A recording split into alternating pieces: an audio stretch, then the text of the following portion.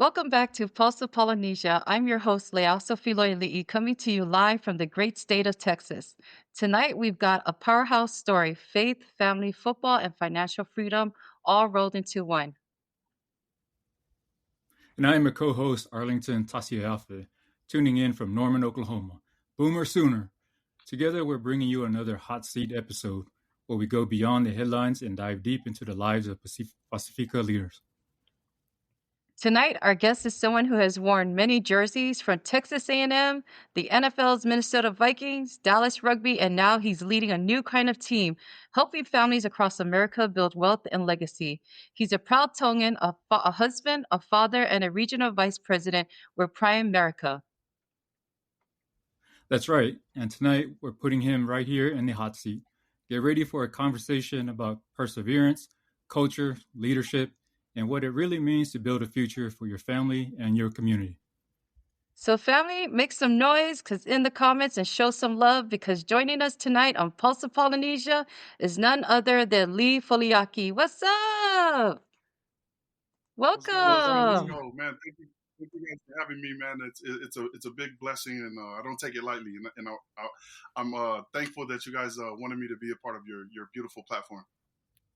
So, thank It's you. great for our viewers just to understand how unique this opportunity is, but then we're broadcasting all across the Pacific and across the globe. But we have two in Texas, and I'm in Oklahoma.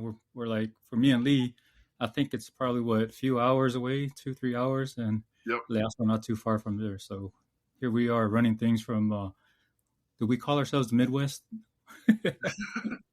or Probably, yeah. Southwest? Mhm. Awesome. Let's All get right, let's started with get the right into questions. Yeah, go ahead. yeah. So Lee, let's paint us a picture. What was life growing up in Euless in a Tongan Samoan household?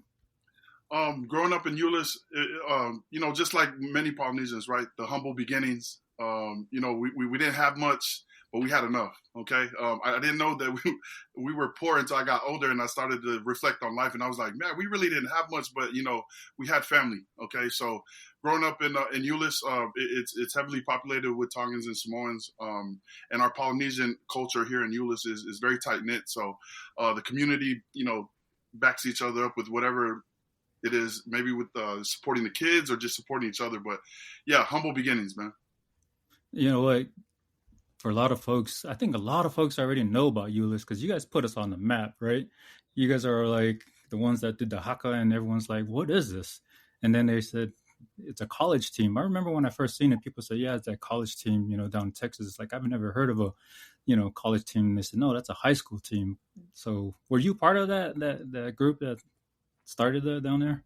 I wasn't a part of the haka traditions that started after me, but we were part of setting the foundation. I always tell people, because when you leave something, whether you built the foundation or not, you want to start something while you're building it, and then eventually you hope it grows into something beautiful. But no, the haka started after me, and it's cool because I had family members that went to Kahuku too, and they're like, "Well, we've been doing the haka and all this stuff, but Texas football is crazy, so any little thing that catches attention, it goes viral." So they seen some of these Tongan and Samoan kids doing the haka, and every platform with the media was reposting and sharing it. So yeah, it's a big deal. Oh yeah, Nice. living in Oklahoma when we seen that, people knew those were polys, and I remember folks coming up to me and say, "Hey, is that your folks?" I'm like, "Yeah, that's my folks down there." Staying on that subject, so what core values, did your parents instill in you, and that still guide you today? I would say first and foremost, faith is number one, right? That's the foundation of not only my household, but I know all Polynesian households. Our faith is number one, and then I would just say, service. Being a servant, and just working hard. I see my dad. He worked 6 days a week, but he took off on Sundays for church. And that was just kind of the dynamics at home. But that instilled in me that I needed to stay faithful. I needed to serve others, and I needed to work hard with whatever I had my hands on. So yeah, those were the core values that my parents instilled in me, and I'm starting to instill in my kids. Yeah, Well, no, that's speaking of your beautiful. dad, I your love it because dad it came really, into the yeah. oh, sorry. Your dad came to the US No, without go ahead. Let's. speaking your dad came into the US without speaking English. And I learned that your mom only spoke English when she's excited. What did watching them teach you about perseverance? It taught me a lot, man. It always humbles me, right? So like those times that you face adversity or you face tough times, like you always want to reflect on life and like Yeah. because I always think about what my dad did. You know, I was born in Tonga. My dad came here to the States first to get established. He found a job. And I always think like, we complain about a lot of things in life, man, but Yeah. our parents and the older generation that kind of just figured it out. My dad didn't speak English, but he had work ethic. So as soon as he got a job here, he saved up money, he stayed with his sister, and he sent for me and my mom. And that's just a crazy story in itself because I was a newborn. Okay, my dad came first to get established. My mom and I came. We stayed in Samoa for a year. My mom speaks fluent Samoan, man. So the funny story is when she met my wife, I was trying to give my wife a heads up. I was like, hey, my mom speaks fluent, man. So I hope you're ready to, to interact with her. And my mom always gets excited when she sees other Samoans because she just wants to exercise, how Yep. fluent she is. But yeah, as far as the perseverance, man, yeah, it's a big deal. I'm humbled all the time when I self-reflect and think about my parents, man, and that's what keeps me going. Hmm. So, do you remember your earliest dream as a kid? Was it always football? Is that something that was ingrained into your life as you were growing up in America? I would say it wasn't at first. I wanted to be like a firefighter because when you watch TV you see you see all Yeah. of these these movies and stuff. I always just thought firefighting was you rode around on a fire truck putting out fires. I didn't think they did anything else besides that because when you're a kid you just think like it is so cool to ride around on the fire truck. But Yep. I got introduced to football at an early age, and a lot of people because I didn't start playing until a little bit later, maybe my later years in elementary, while all the other kids were playing already. And Hmm. my mom was just afraid that I would get hurt, but she didn't know I was getting tackled and slammed by the older kids in the neighborhood. Because we used to play tackle football outside. So that's what introduced me to football. And I kept begging my mom. I was like, Mom, I want to play football, man. I think I'm good at it. And she was like, No, you're gonna get hurt. You're gonna get hurt. But she didn't know what I was doing outside of the house. So I fell in love with football at a young age, and then I started to see some of our Polynesian people show up on TV as well, and that changed the game for me. I was like, man, you know what? I want to do that. I want to be him. I want to be Junior Seau. You know what I mean? So when I seen Junior Mm. Seau on TV, it was big inspiration for me to just want to pursue football and see where it would take me. So So I have to ask, I just in want to regards to that jump on question that. we just brought out. Sorry, Arlington, just real quick on this one. A lot of kids are Yeah, go ahead. influenced by different things, but it seems like the influence that was around you was more athletic. You just talked about your mom didn't know that you were actually getting tackled by the kids, you guys were playing. So was the influence around you good in Euless where you were growing up in? Or did you face some I challenges? would say um, I would say the influence was good. Ulysses is still old school, right? Like Mhm. people still if you had a problem with somebody, like they still kind of like nobody turns to guns and stuff like that. If you had a problem with It's somebody, they good. go, like just back in the days, you go, hey, I got a problem with you. Either we go outside and handle it, or we just squash it. But there wasn't too many bad influences because our city really is tight knit, and we really care about what happens to other kids, whether they're yours or not. So Mm, no, I love growing up in my city, and it was beautiful just being around other Polynesian people. nice. Sorry, Arlington, go ahead. No, there's like a lag, Lasso. So I know we're stepping on each other because there's like a lag. Okay. Is there a lag on your end, Lee? Um, Not kind of, but I'm Okay. just trying to pause a little bit, and then Yeah, I'll slow down a bit because Okay. it seems like there's a slight lag in here. Okay. Okay. B- just wanted to. Was there any comments? I want to make sure we acknowledge our viewers, Lasso, Sure, go ahead. before we go too far. Okay. So Lee, I forgot to remind you, we do have it's a live session, so you're going to have some comments that come through. Okay. So here's our first one for the night. It's from Janet in Oklahoma. Good evening, Pulse of Polynesia family. Okay.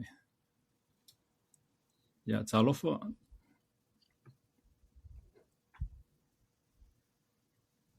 Okay, so wanted to go back to what you mentioned earlier about when your father brought you guys over. So you had you shared with us about your social security number and not having one, coming to the States. How was that, and how did that shape your view of opportunities? It was tough. Mm. I didn't understand what a social security number was. I didn't understand that coming to the States, they just wrote my name on my mom's passport to allow me to get into America. And I didn't know the severity of that until it was time for me to fill out college paperwork. I always asked my mom and dad, I was like, hey, I know we're struggling. I know you guys are, working all the time and I want to help you guys out. And they always just told me to focus on school and football when I had got into football. So they never really just shared with me that I didn't have one, but they just said to focus on school and football, and not to ask them for anything. They said not to ask them for money because money needed to be sent back to the islands for my siblings. So I never asked my parents for anything, and it kind of that was good and it was bad. But the good thing about that, it taught me that I wasn't going to make excuses of my situation, and I was going to make the best of my situation. And it also taught me to network and build relationship with friends. So I had friends that were working at fast food restaurants. I had friends that were working at clothing stores. And it wasn't like I was using them. They just thought it was cool to hang out with the superstar athlete. And I just really love to hang out with people. And during that process, they're like, Lee, do you want food?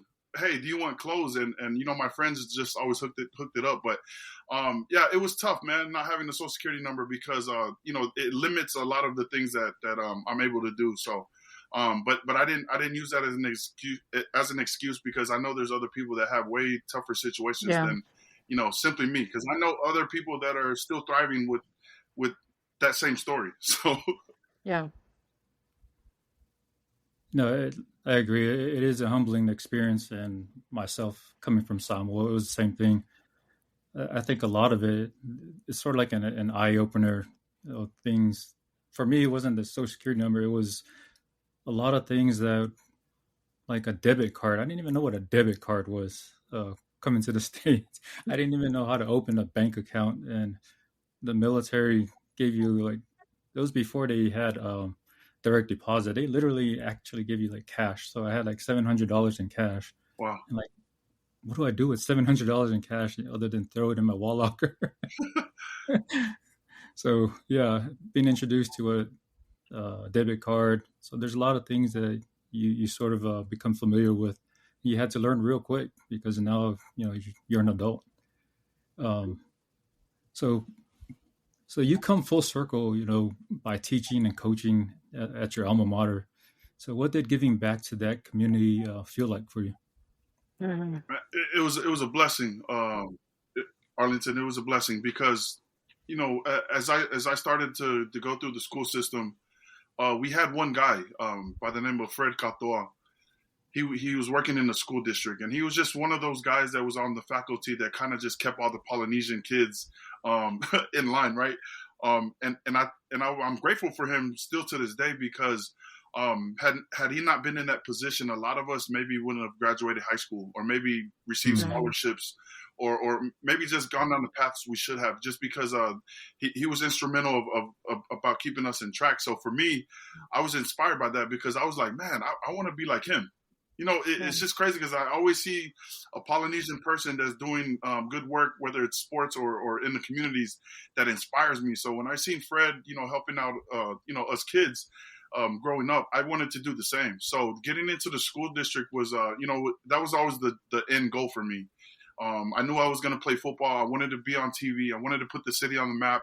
Wanted to give a shot at chasing this NFL dream. But the overall goal was to come back to Euless and give my knowledge and my experiences, my failures back to these kids, man, because they need it. Okay. And the cool thing about, doing things and checking off the boxes, some of the kids kind of appreciate that because they know your story, they know you've gone through the process. So I've got something to give away to them. So, the community was real receptive, man. And like I said, it was always a dream to come back and coach at my alma mater. So it was beautiful. Nice. Yeah.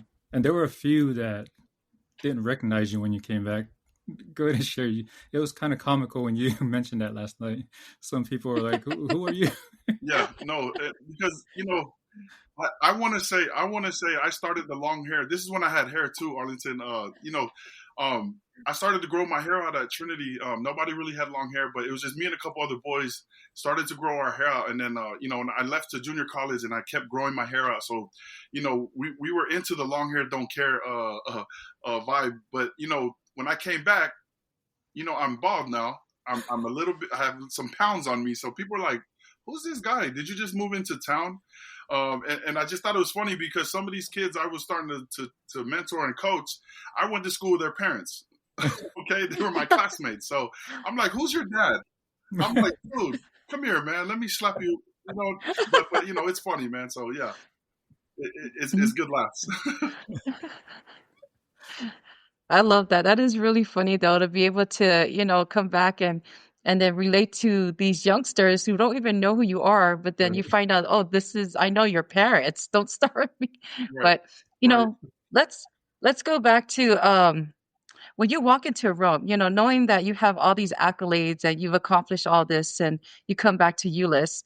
When you walk into a room, what do you hope people see first? Your culture, your faith, your work ethics, or something else? Well, I hope people see all of those things when I walk through the door, right? But the first thing that people gravitate to is just my energy. I know when I walk in a room, it's like, I don't know. I've always heard my coaches say this. They're like, man, when Lee comes in the room, he just lights the room up, and I never understood the meaning of that.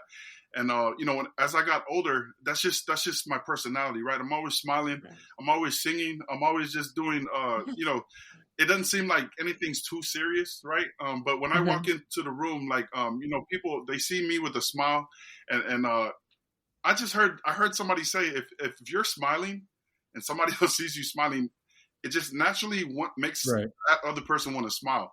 So that's what people see first. They see my energy, and then once we get to talk and kind of just, fellowship and get to know each other, they'll find out that the faith and the roots and the culture and all of that stuff, it's all aligned in all the above. So, yeah.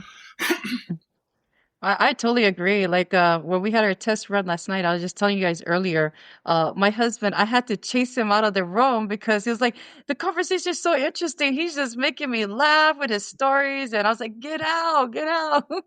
But yeah, I truly believe that every word you say. So take us back to Texas A&M locker room. What was your mindset before the injury? Before the injury, it was just to do what I had to do to position myself to have a chance to get to the next level. Okay, so obviously the next level is the NFL, and if anybody's playing sports or you're competitive or if you got dreams and goals, obviously that is the end results for anybody playing football, right? The biggest stage, the highest level, that's what we're fighting for. Every day is a dogfight. So to take you back to the locker room at A&M, I transferred in from Kansas. I was a junior, just hungry, just wanted to be guided, just wanted an opportunity. Because coming from Kansas junior college, after winning the national championship, there was a buzz around my name again to go through recruiting for the second time. But when I got to A&M, it was just I was on a mission. I wanted to learn as quick as possible. I wanted to pick up on the system so I can get on the field as soon as possible. That's all I was focused on. Obviously, you'll hear a lot of times athletes will tell you that they don't think about getting hurt or what if I do get hurt, because if you think like that and you play like that, it'll slow you down and then you will end up getting hurt. So the injury, like I was telling you guys last night, I just felt like it was a reality check because, I was balling, I was doing my thing. I was starting to show up on draft boards, and then boom, just in a matter of a few minutes, my season's done. And I know I told you guys last night, I was calling home wanting to be comforted, and my mom's like, when's the last time you've been to church? And I'm like, dude, what? Like, can you hug me through the phone, Mom? Like, what are you talking about when the last time I've been to church? Because in that moment, see, Lee Foliaki is feeling sorry for himself. Right. And I'm wanting to be comforted because I'm a big mama's boy, but my mom don't play that. She told me when I got to school, I better find a church and get my butt in there every Sunday, and give thanks back to God. So that was humbling in itself, but it just taught me a valuable lesson to get back to the basics. So before the injury, it was all focused on getting to the NFL, and then post injury, it was getting back to the basics and leaning on God a little bit more because that's the foundation. So going back to this injury of yours, right? So you injured yourself, and now you're talking about having that mindset to play through the pain, and all. So you now have the cast on, and you play your final 2 games with the cast. What is going through your mind as you're playing those last 2 games? Yeah, so great question, Arlington. So just to go back just a little bit, right? So I signed with the University of Colorado out of high school. They placed me in Kansas to be closer to them at a junior college. So I had to kind of take a detour. So I served my time there. I felt like I was on probation, right? Served my time there. Ended up winning a national championship. And then I went through recruiting, signed with A&M. And then we played Colorado my very next season. And, I ended up winning an overtime game against the team I signed up or signed for. Signed a scholarship to play for. And then the very next year, that's when I got hurt, and it was against Colorado. So all of these things surrounding me and them, it was just ironic, man. But no, the mentality was more time I sat in that rehab corner, Arlington, I just felt like my stocks kept going down and down and down and down. And I kept telling my trainers, I was like, hey, man, can you do x-rays? Every day I was like, is my arm good? Is my arm good? Because I fractured. So in your arm, you got 2 bones, and it was the radius bone in my right arm that I fractured. So I've got a plate and 6 pins in this arm.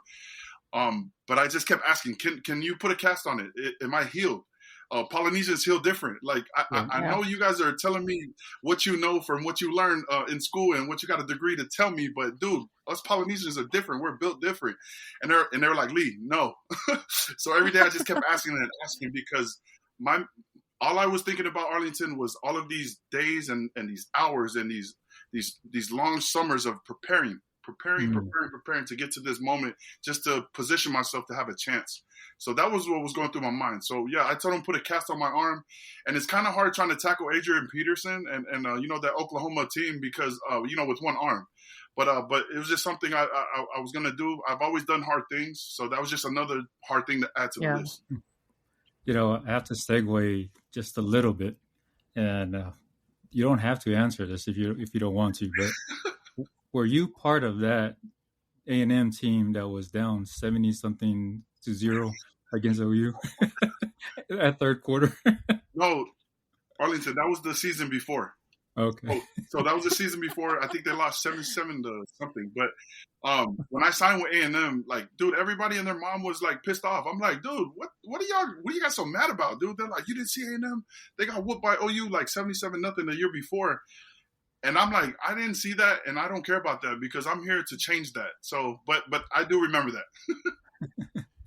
Yeah, and you mentioned you had friends on the OU team. I forget the kid's name, CJIU, right? Yeah, they were playing against him.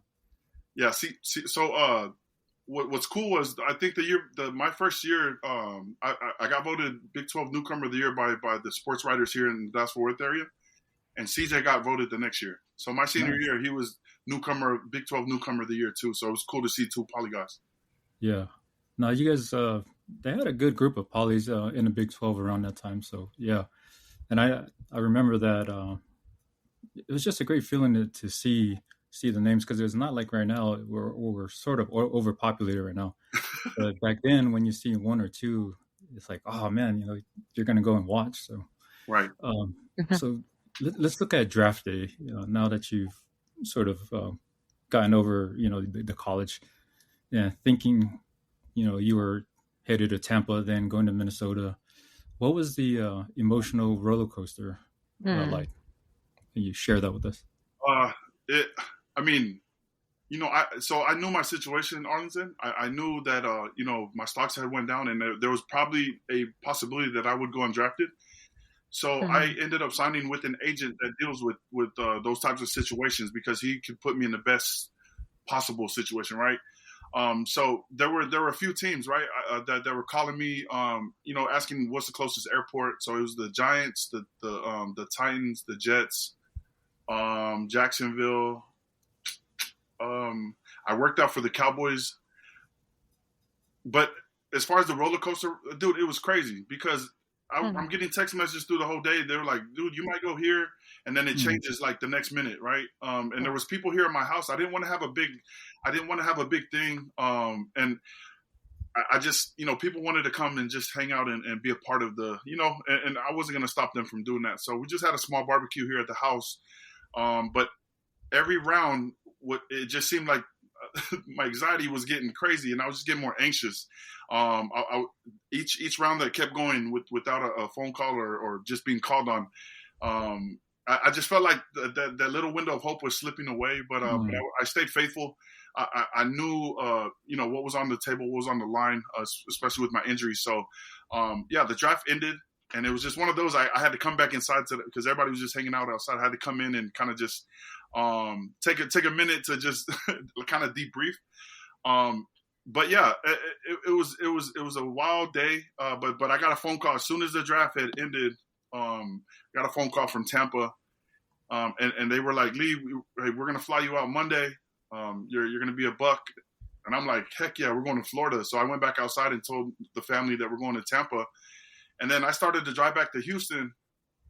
And the plans changed. My agent called. He was like, "Hey, change the plans. You're not going to Tampa. You're going to Minnesota. Tampa wanted you to go through minicamp, and then we're going to offer a contract until they saw you go through minicamp and make sure my arm was healthy." Minnesota calls, and they're like, "Hey, we got a contract for Lee. We want to bring him here."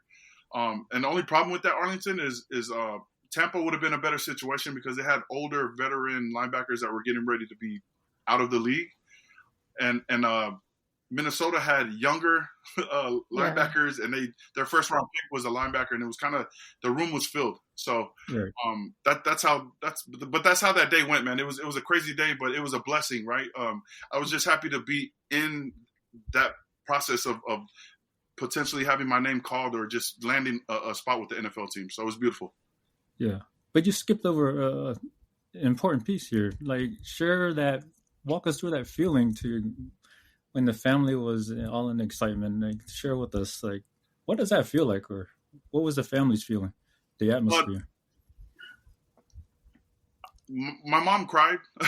I mean, she always cries, but she cried, right? Because, when you have kids and you start to see your kids excel, it just gives you a different emotion. I get emotional thinking about it too, because all my parents are thinking about is like, man, this is why we traveled across the South Pacific to come here. Yeah. This is why. This is why. Just to give you an opportunity to go, use your gifts to either, bless yourself, your family, or bless others. But this is why. And I even cried on that day. And it wasn't the fact that, I knew where I was going to go. It was just thinking about my parents, right?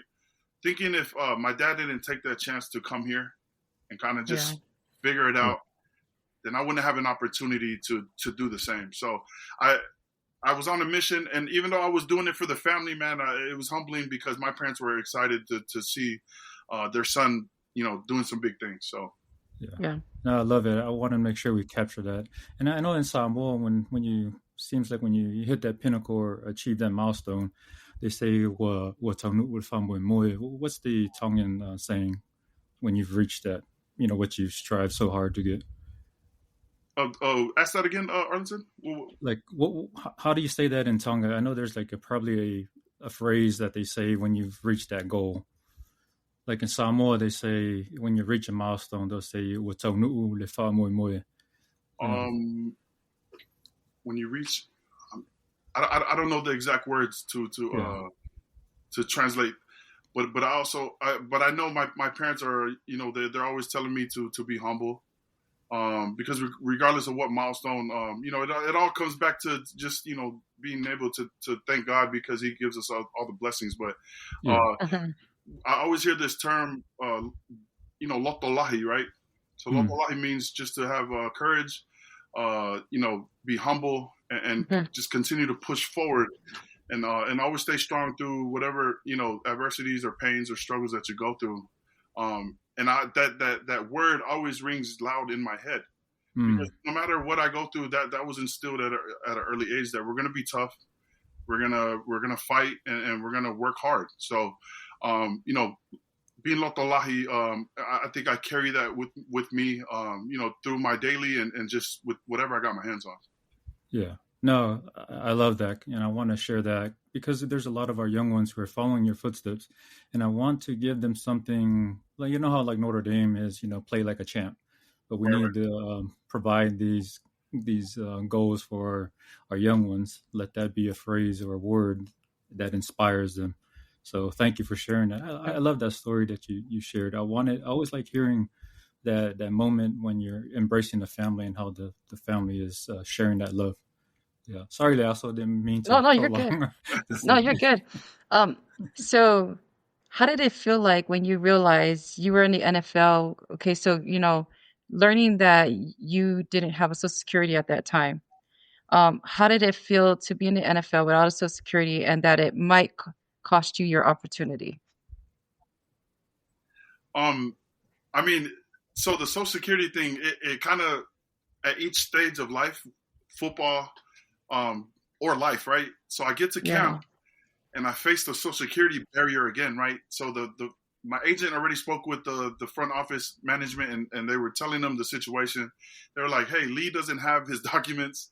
All he had was a tax ID number to go through life with, but you can't use it for income." And it's just like another Mm, job.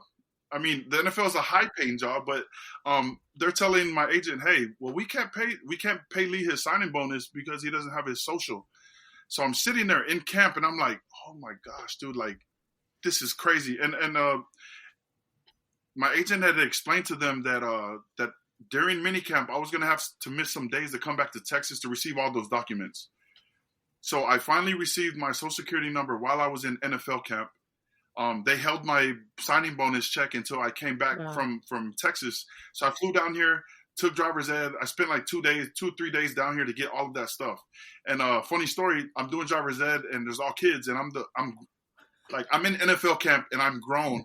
And the instructor's like, "Is this your first time driving?" And I laugh because I'm like, "No, I've been driving since I was in elementary. But as far as this process, yes, this is first time going through driver's ed.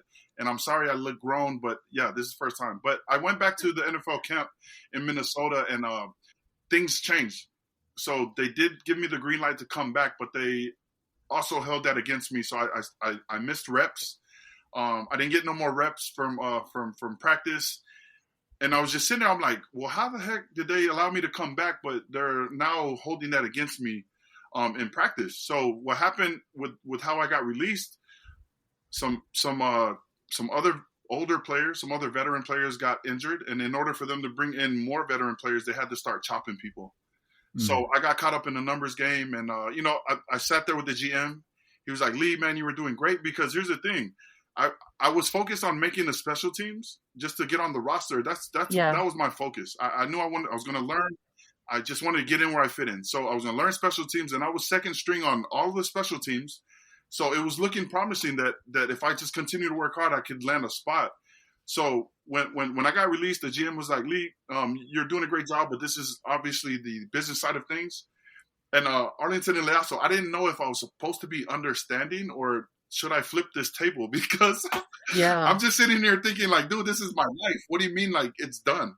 But yeah, I came back to A&M, just continued to work out and went back to finish my degree. But that was the end of the NFL journey. So, but to be, long story short, I have no regrets because people always ask this all the time. "Lee, do you miss the NFL?" And here's the thing. If I had to do it again, I'm still coming back to Texas because that Social Security number, dude, I've been waiting my whole life for that. And there is life after football. You know what I mean? So Hmm. Yeah. I'm still going to come back and I'm still going to get my documents because whether the NFL happens or not, I need this for life. So, Yep. Wow. There's a reason for everything. They always say that, right? And so, like what you just said, you were able to get that document for yourself, come back and get your degree and get it done and take care of it. And the fact that I was going to ask the question about, did you feel like you belonged there in the NFL? You were trying so hard to fight to stay in, even trying to get on special teams just to get through the roster. But the fact that, you had a choice of either trying to understand if you should be understanding or flip the table, but you decided to do neither and just take the humble road and choose the other path and go back to school. So there was never ending for you. But I'm gonna switch gears real quick because you mentioned a story last night that made me love your mom even more because I can relate to your mom a lot with so many things. And you shared a story last night about how your parents wanted you to come to Texas so that you can play at Texas so they can watch the game. Can you tell us about this story? Yeah. So thanks for bringing that up, Leo. So I'm reliving. I just hear my mom's voice, but yeah. So I I left Texas as soon as high school was done. So I've been in Kansas for 2 years. So my to drive up to Kansas is about 5 hours. My parents aren't making that drive. Okay, so these days, so the time frame is probably 2001 to Mm. 2003. Um, they still have maps, the paper maps. Like my parents Yes, took yes. me up there, and I'm like, how the heck are we getting to Kansas? So my dad pulls out the paper map, and now they got GPS. So like Mhm. I was just like, dude, this is a different time. But here's what happened: go to Kansas for some time, and then going through recruiting again. I thought I was going to the SEC, which was like the biggest conference at that time, and it was going to fit my skill set. And I let my mom talk me into coming back to Texas because she's like, son, the community. She started like I felt like she was guilt tripping me. So she's like, the community hasn't seen you. Me and Dad haven't seen you play. Your sister hasn't seen you play. Euless hasn't seen you play. You need to Mm. come home. And it wasn't like she was asking, she was kind of telling too. So I was like, are you asking or are you telling me? So she goes, no, you need to come home. We ain't seen you. So I had some options. Could have went to UT in Austin. I could have went to OU, Arlington's team. But, like I said, A&M was not good the year before. And I just seen that it was an opportunity to go there and get in and get on the field now. And the crazy thing about that is they talked me in and they spent every day talking me into coming back to Texas. And here's what's funny about that story. I come back to Texas and they only come to one game. And I'm sitting there, I'm like, because we get tickets, right? And our tickets are good tickets right behind the 50-yard line, by the sidelines. And, I'm calling home, hey, are you guys coming to this game? And mom's like, no, if we'll just be happy if they, we hear your name on TV. And I'm like, you're just kidding, right? And she's speaking to me in Tongan, and I'm trying to be understanding because I'm like, dude, I made a life-changing decision to come back to Texas because you guys wanted to come see me play. And my mom tells a funny story all the time because if you know anything about Kyle Field and College Station and our atmosphere, dude, our fans are nuts. The 12th Yeah, man Yeah. is real. These yeah, guys it's a do not 12 sit man. down.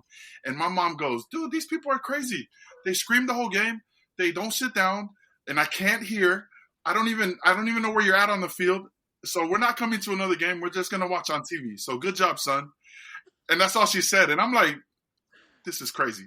So, but yeah, that was that story. But I often think like, what if you always think about the what ifs. What if Yeah. I end up going to the SEC?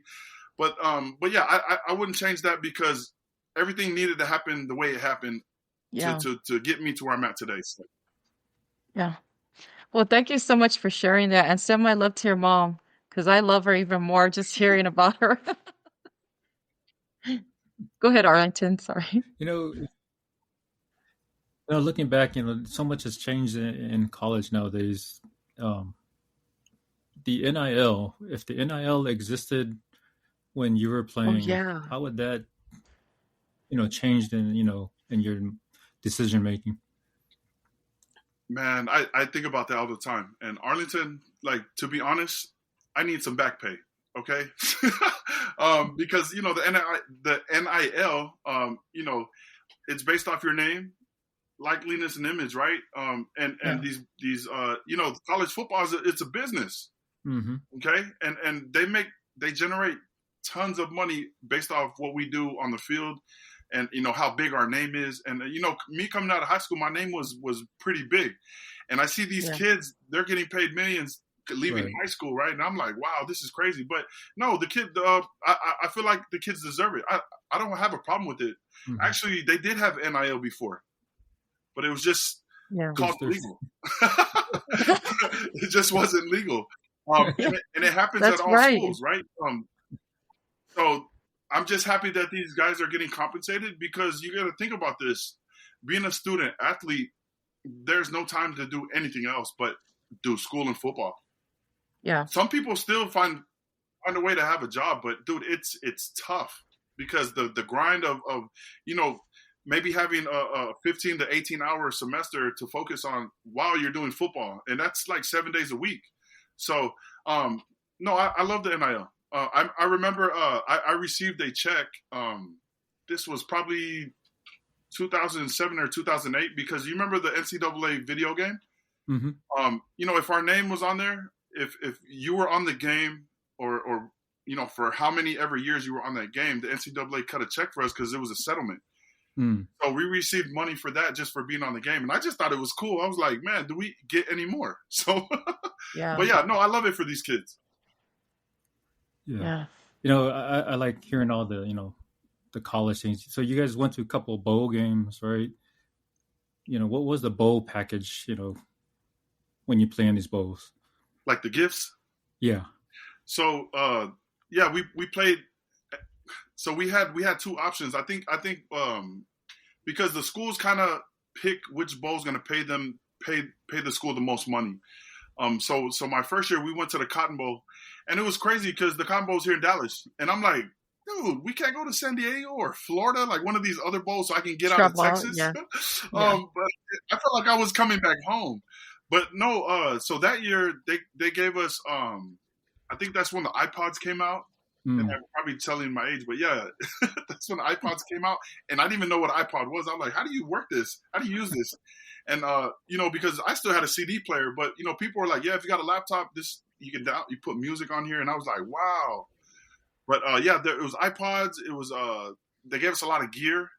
They gave us money. There was a whole lot of stuff, man. The bowl games is where it's at, because some of the smaller bowls, and this is why I was mad at the Cotton Bowl, because some of my other friends went to smaller bowl games, and they got like camcorders and PlayStations, all these bigger gifts, and I was like, how the heck, we play on New Year's Day, which is a big bowl game, and these guys are going to, like, before Christmas bowl games, and they're getting way bigger gifts, and it didn't make sense to me. So the university probably got a bigger revenue for playing in a bigger game, but the gifts were probably smaller. Yeah, no, it's just okay. So let's go back. If you could change one decision from your football career, what would that be?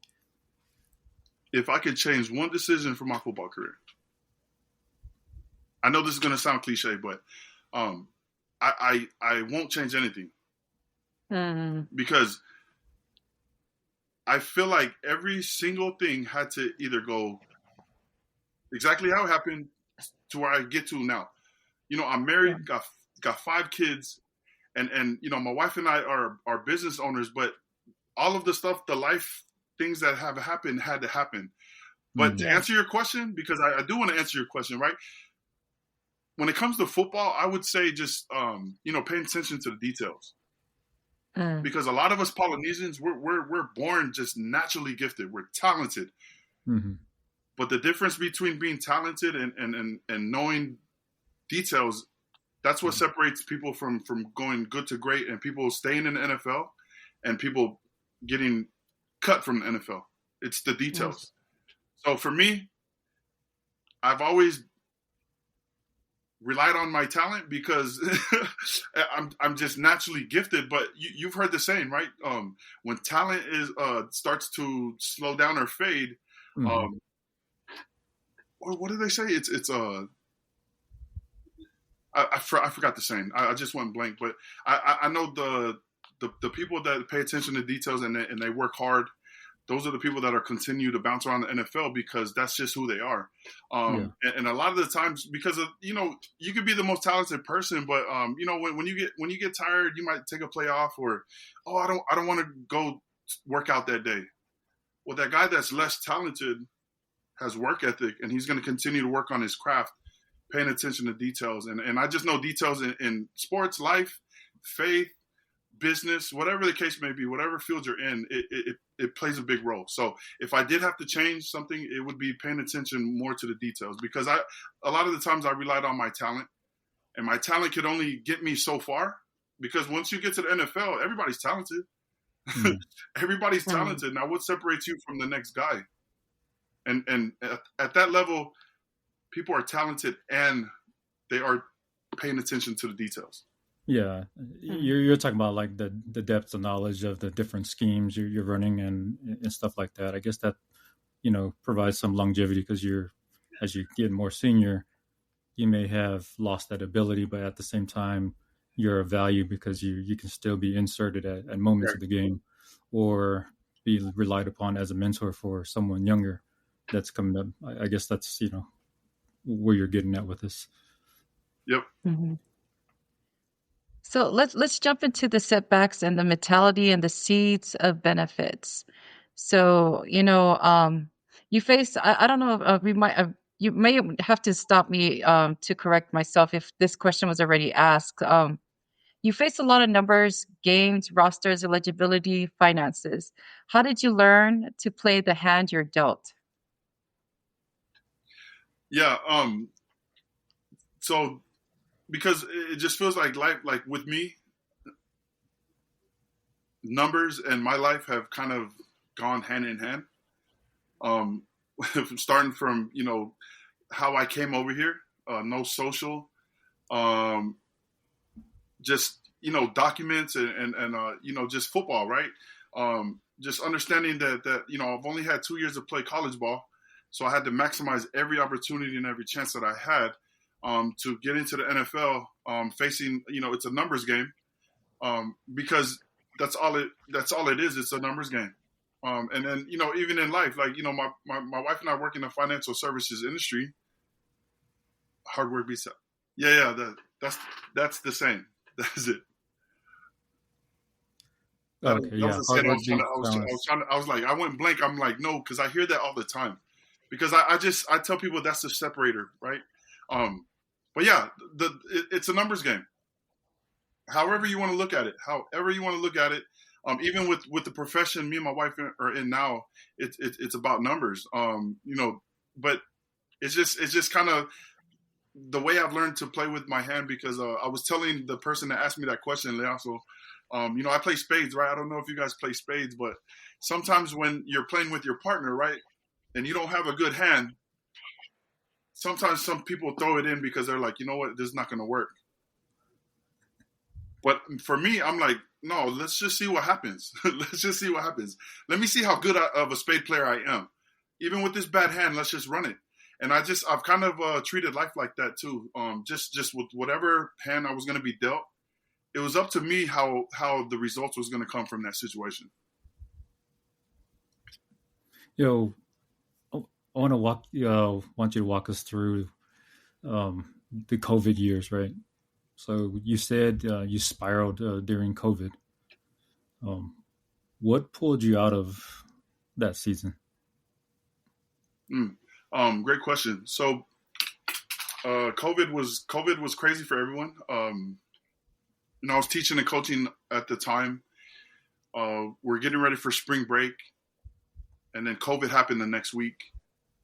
So we started working from home, okay? And then, a few weeks later, my brother ended up committing suicide. It was just tough, man, because that was probably the toughest loss for me. It hit home pretty hard, and I didn't know how to handle it. Just started to go down the wrong path, and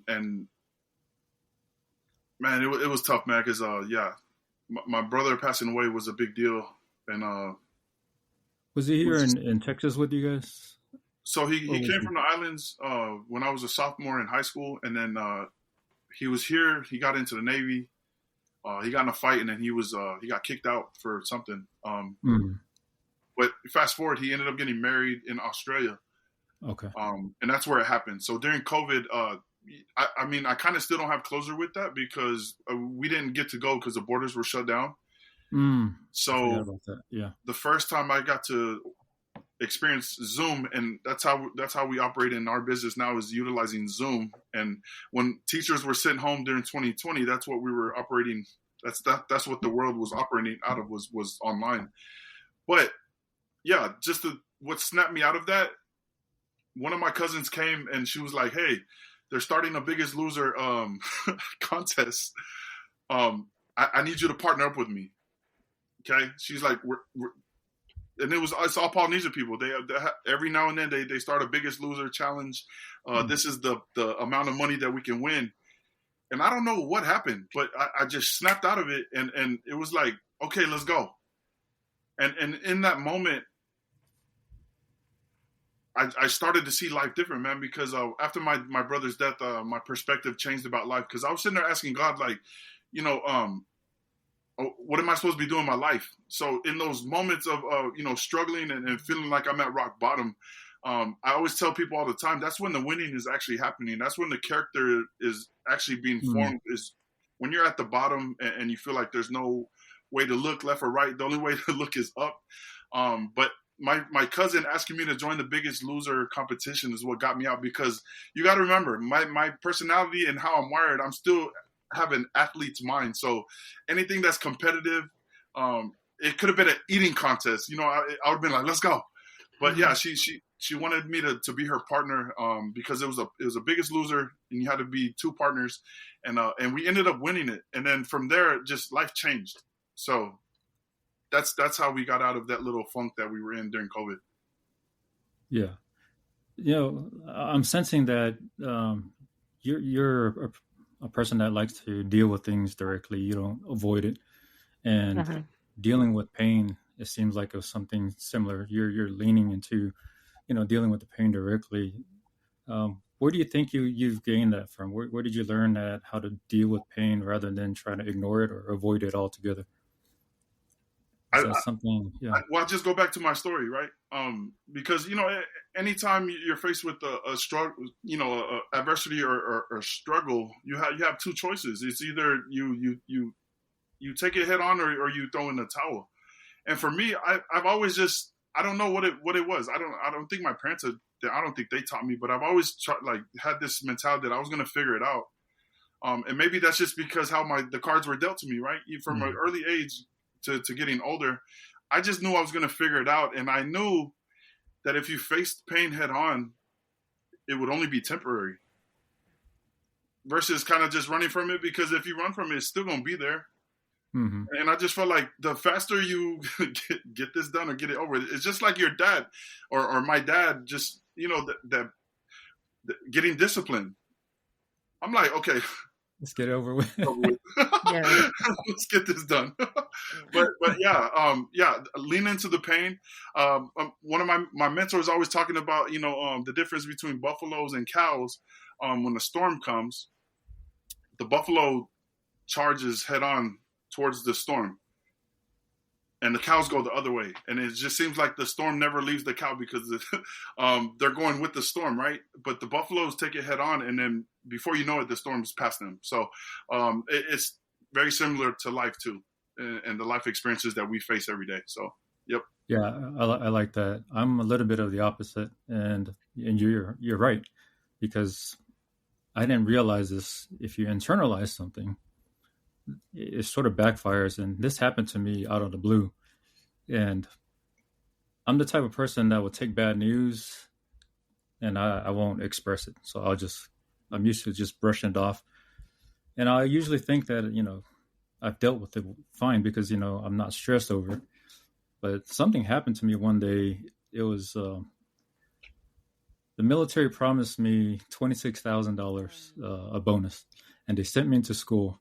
And I went and completed the officer's course, came back, and they said, well, page 13 of your contract shows here you weren't eligible, in the first place. And to me, being burned by the military so many times on bonuses or contracts, I just figured that's me being an idiot. I should have read the contract. So I just brushed it off and said, oh well, it is what it is, because we're used to in the military being burned by contracts, not knowing that it was festering in my subconscious. Uh-huh. And as I was driving home, thinking everything was normal, I lost feeling in my leg, like my leg and in my arm. Oh wow. And then my heart started racing. I just turned around and went back to the hospital. They did all the checks, blood checked out. They said, we can only summarize one thing. You had an anxiety attack. I said, anxiety attack? I'm not a person with anxiety. And they said, what happened? What was your day like? I said, calm. He said, was there anything stressful? I said, no, the guy just told me I lost my bonus. And they said, there it goes. You're the person that internalized it.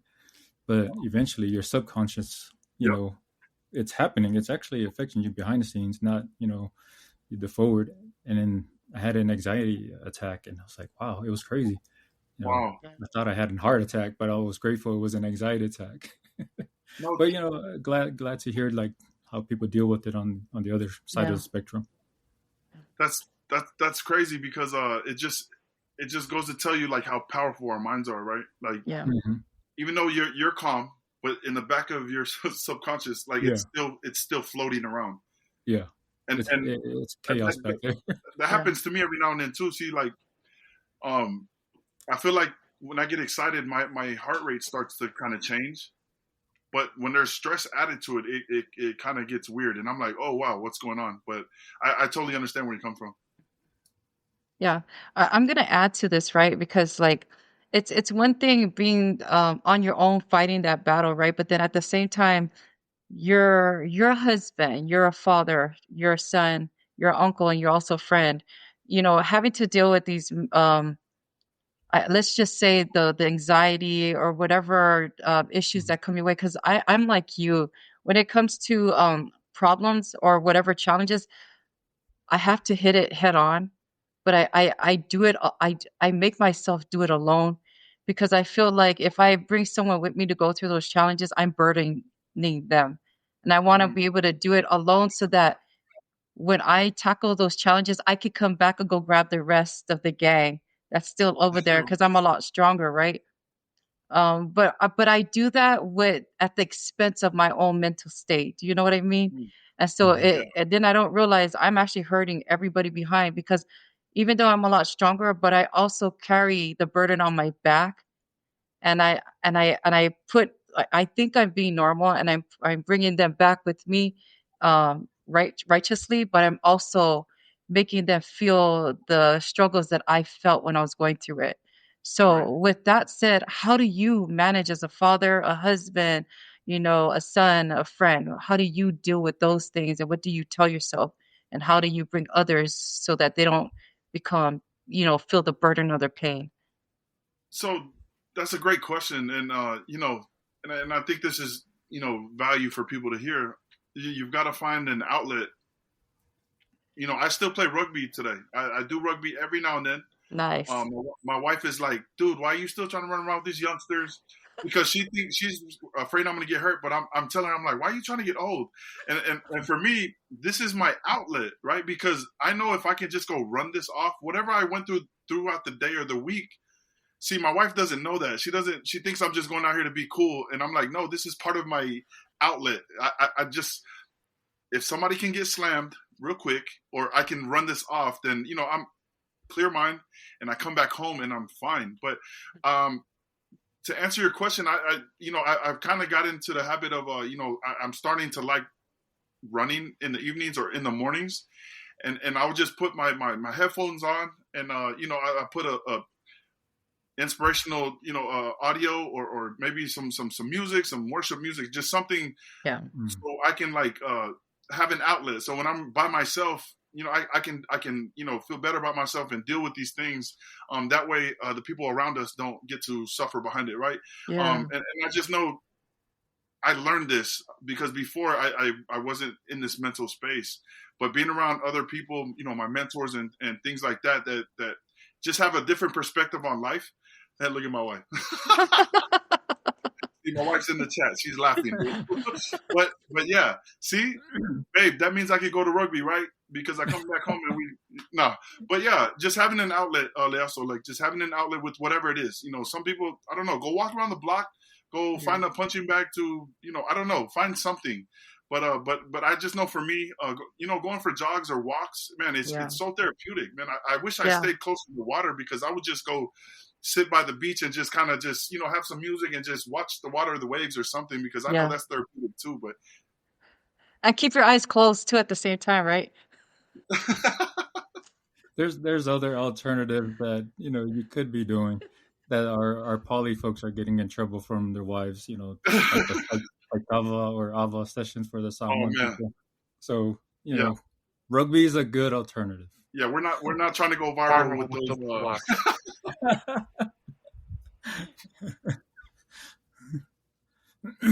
So you've already mentioned like what you would do, even if you're going through those challenges, the things that everyone needs an outlet, right?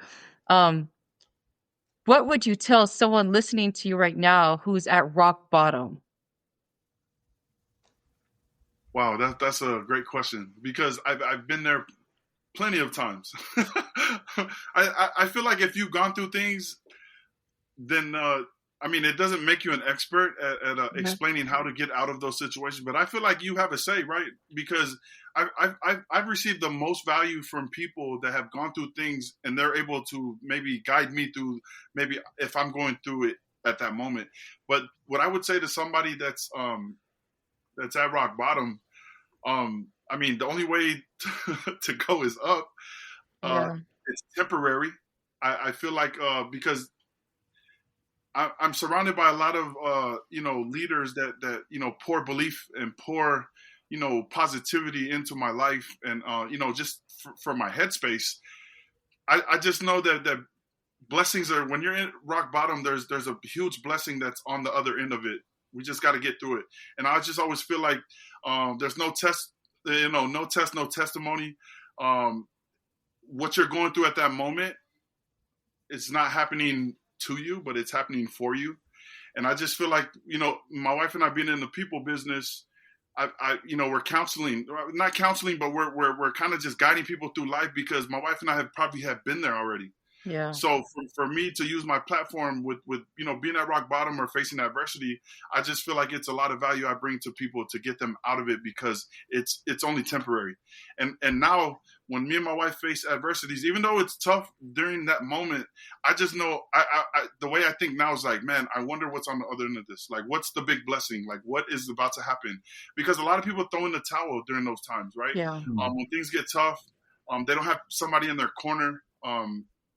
I would just say like who's your support, who are you surrounded by, because a lot of times when we face these tough times we choose to isolate, and when you're around good people that truly care for you, man, it means a lot because I know when we're at tough times people always check on us, and just a simple like, hey Leaso, how you doing? Just thought about you today. And you could have been going through tornadoes of adversity, right? But just somebody reaching out and just saying, "Hey, how you doing?" It could lift the spirits. Just put everything on God, man. You need to pray. Like the battles that you're facing have already been fought and won. So like I always just go back to speaking to God and just asking Him like, "Hey, what are you trying to show me right now in this season of life?"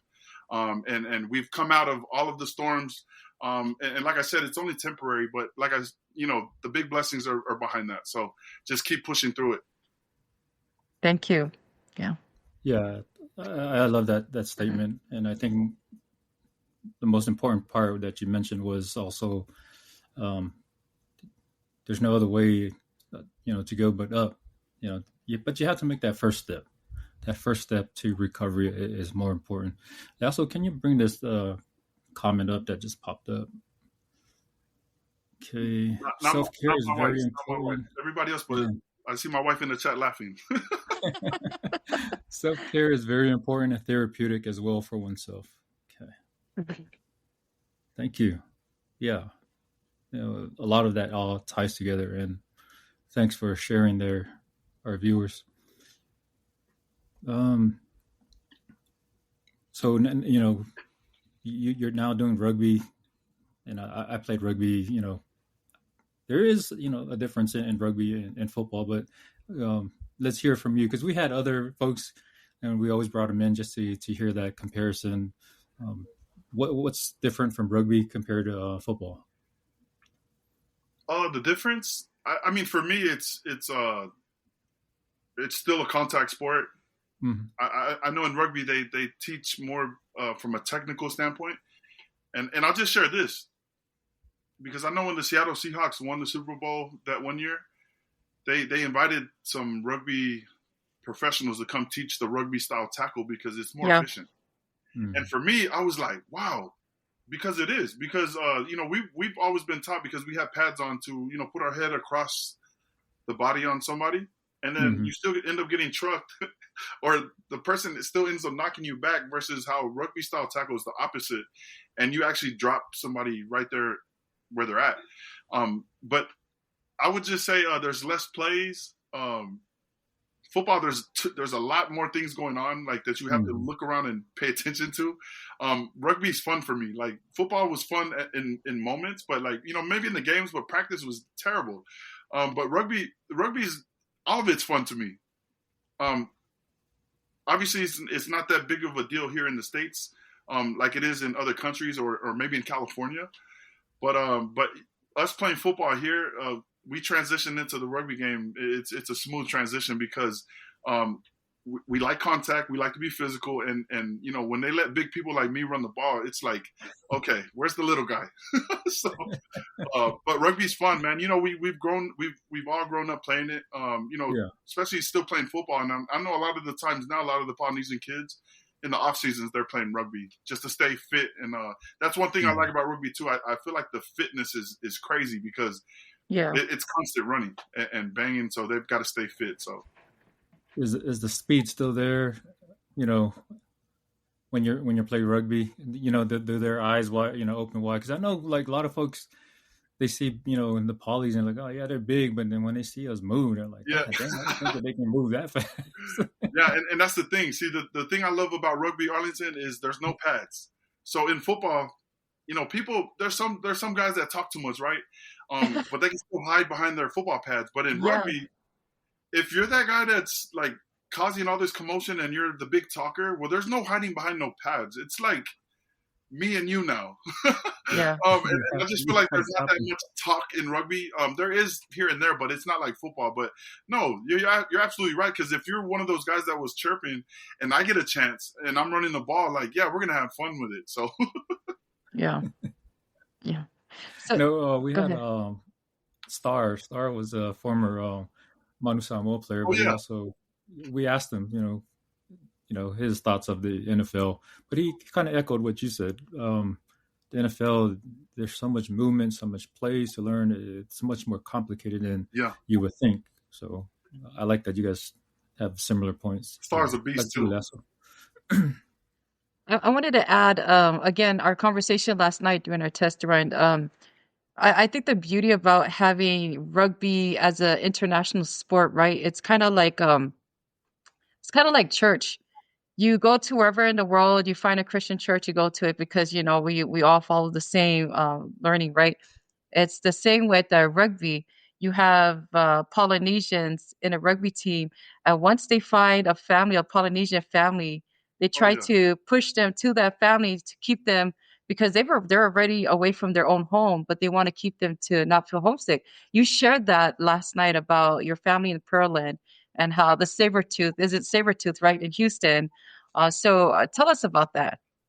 Yeah, so my auntie Denise and La'au Afumango, they live in Pearland, right? And they were one of the first homes because when Pearland's fairly new still, but when they started to develop that area, my aunt and uncle had one of the first properties there. But they're my aunt and uncle diehard football people, but when they put a professional team there in Houston, they became like the sponsor parents after the game, doing the cookouts, the luau's, and all of that stuff, and having kava for the players because you just know how it is when you're out of your city limits or what you're used to, and you're in another state. the first thing you're looking for is like, man, I got to find me some poly people because I need to find the food. I just need to find people to hang around. And that's what we do when we go to these other states. But my aunt and uncle have been that for the Houston rugby team. And I'm always seeing their stories on social media. I'm like, dude, they're meeting all these famous rugby players too, just because, they get to sit there and serve and cater to those guys that are from out of town, and even for the players that travel to come play in Houston. So that's a big deal for them, and I just think that's cool. I just think that's our nature, right? Yeah. There could be a football family, right? And then they see some other polys that are playing on the other football team. They're going to show up and bring food and just do the things that we do. So I'm happy that they're there for people. So yeah, I don't know if we touched base on your coaching in high school. Did we ask you on that? Because I've learned that you were also a high school coach, right? Because my sister was down. Did we touch base on that? I don't know. I'm sorry. yeah, I was teaching and coaching back from 2018 to 2020. Okay. So I stepped away during COVID, but that's what I got into the school district. I was there for about 3 years. So Um, I want to yeah, ask on that part with the coaching in high school. Do you think that these high school coaches should also implement rugby techniques to help their players? Because, we talked about how the Seattle Hawks, I believe, had these rugby coaches come and teach them the right way. Do you think that's the same thing that should be implemented in high school as well? I think it's yeah, absolutely, because you see the results, right? Yeah. Those national rugby players came before the season started. It was in the off season with the Seahawks, and we're training them, showing Okay. them how the rugby style tackle is more efficient. And I just think it's more safe because here's the thing: I've gotten more concussions in football than I have in rugby, and it all ties back into just how you approach if you're running the ball or if you're tackling somebody. And I tell my wife too, she goes, "You're gonna get hurt." I'm like, "No, I'm not. I know techniques now." So so yeah, it's efficient as far as just tackling, but everything else they can keep the same. But for tackling people, I think the rugby style tackle is very efficient as far as getting Okay. somebody down. So Okay. And also, I want to add one more question too before I switch over to Arlington. We had Coach Kurt last podcast a couple of weeks ago. He had mentioned about gap years. You, as a hard worker, your work ethics is unbelievable. I don't think I've ever seen you in a gap year taken or whatever to other than trying to heal and rehab, right? Do you think that these kids should be taking a gap year? Do you believe that's something they should not do? like take a break in between, Yeah. like Not grinding, go, or yeah, not play at all, just to, I guess, work on themselves before they join the team. I think it just depends. I know if you're talking about burnout, or Mm, maybe putting that stress on your body. I mean, you should always take the right steps to with what you're eating and how you're training your body, because your body responds to how you treat it. yeah. So as far as the grind, because it's just muscle memory that you're creating with your body. Like for me, um, like I went through this journey, and my body changed, but my body still has been trained for years and years and years. Because my wife, she can't stand. She goes, "Man, you just drop pounds so quick." But no, it's just when I get to active, my body still Yeah. is trained to its muscle memory. But um, yeah, I think because they here in Texas, like football is year round, Yeah. which I think is crazy. But I don't know. I can't answer that It question because depends. that's Yeah. that's how it was for me. Yeah. Like we never stopped, and it was year round, and we played other sports. But I think there's probably different steps that you can take to make sure that you're taking care of your body and what you're putting into it, that will Yeah. prolong your longevity with what you're chasing, and keep you healthy. Yeah. Yeah. I agree. Sorry, Arlington, go ahead. No, no, you're fine. So, Lee, we're going to transition to faith, family, and financial freedom. Okay. So, meeting your mentor, Jacob Webb, right? What did he say in that first conversation that shifted your thinking? So Jacob Webb is my that's my guy, right? but I met him, and he was a former teacher and a coach, and that was my background at the moment. But he had stepped away from that, to start his own company. And what he said to me, he goes, "Lee, you coaching over there at Trinity?" And I was kind of, because he coached at a big time college here in Texas. I mean, a big time high school here in Texas, and our high schools used to battle. So it was a pride thing when he asked, "Oh, you coaching at Trinity?" I'm like, "Yeah, absolutely." And he just looked at me. He goes, "Oh, you ain't making no money over there." Oh. And I'm like, "Hold up," because I just met him. That was my first interaction with him. But here's the thing about me: I will always appreciate when somebody just keeps it real with me. I will always appreciate when somebody shoots me straight. I will always appreciate when somebody's just telling me the truth. And he wasn't lying, but it just sucked the air out of me because, like, I'm 6'3", and he's like, I don't know, 5'8", so I'm taller than him, but it just sucked all the air out of me. And I'm like, but before I could respond, he's like, "Hey, Lee, I don't mean no disrespect. I just know what that lifestyle looks like.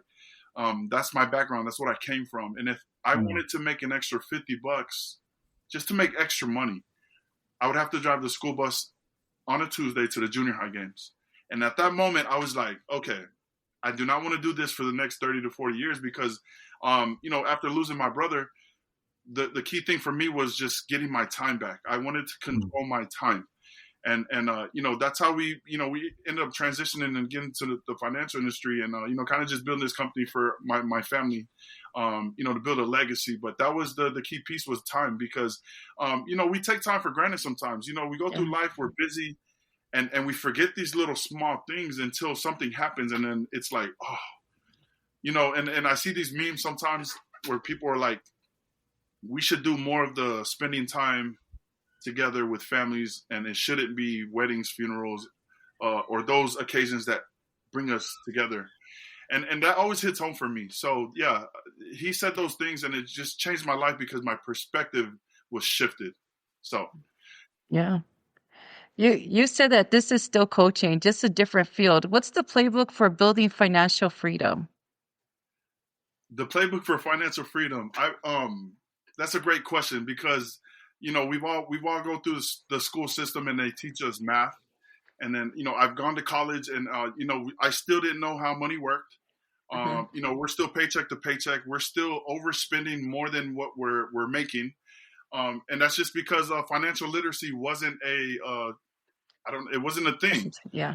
No, my parents only knew what they knew to teach me and my siblings.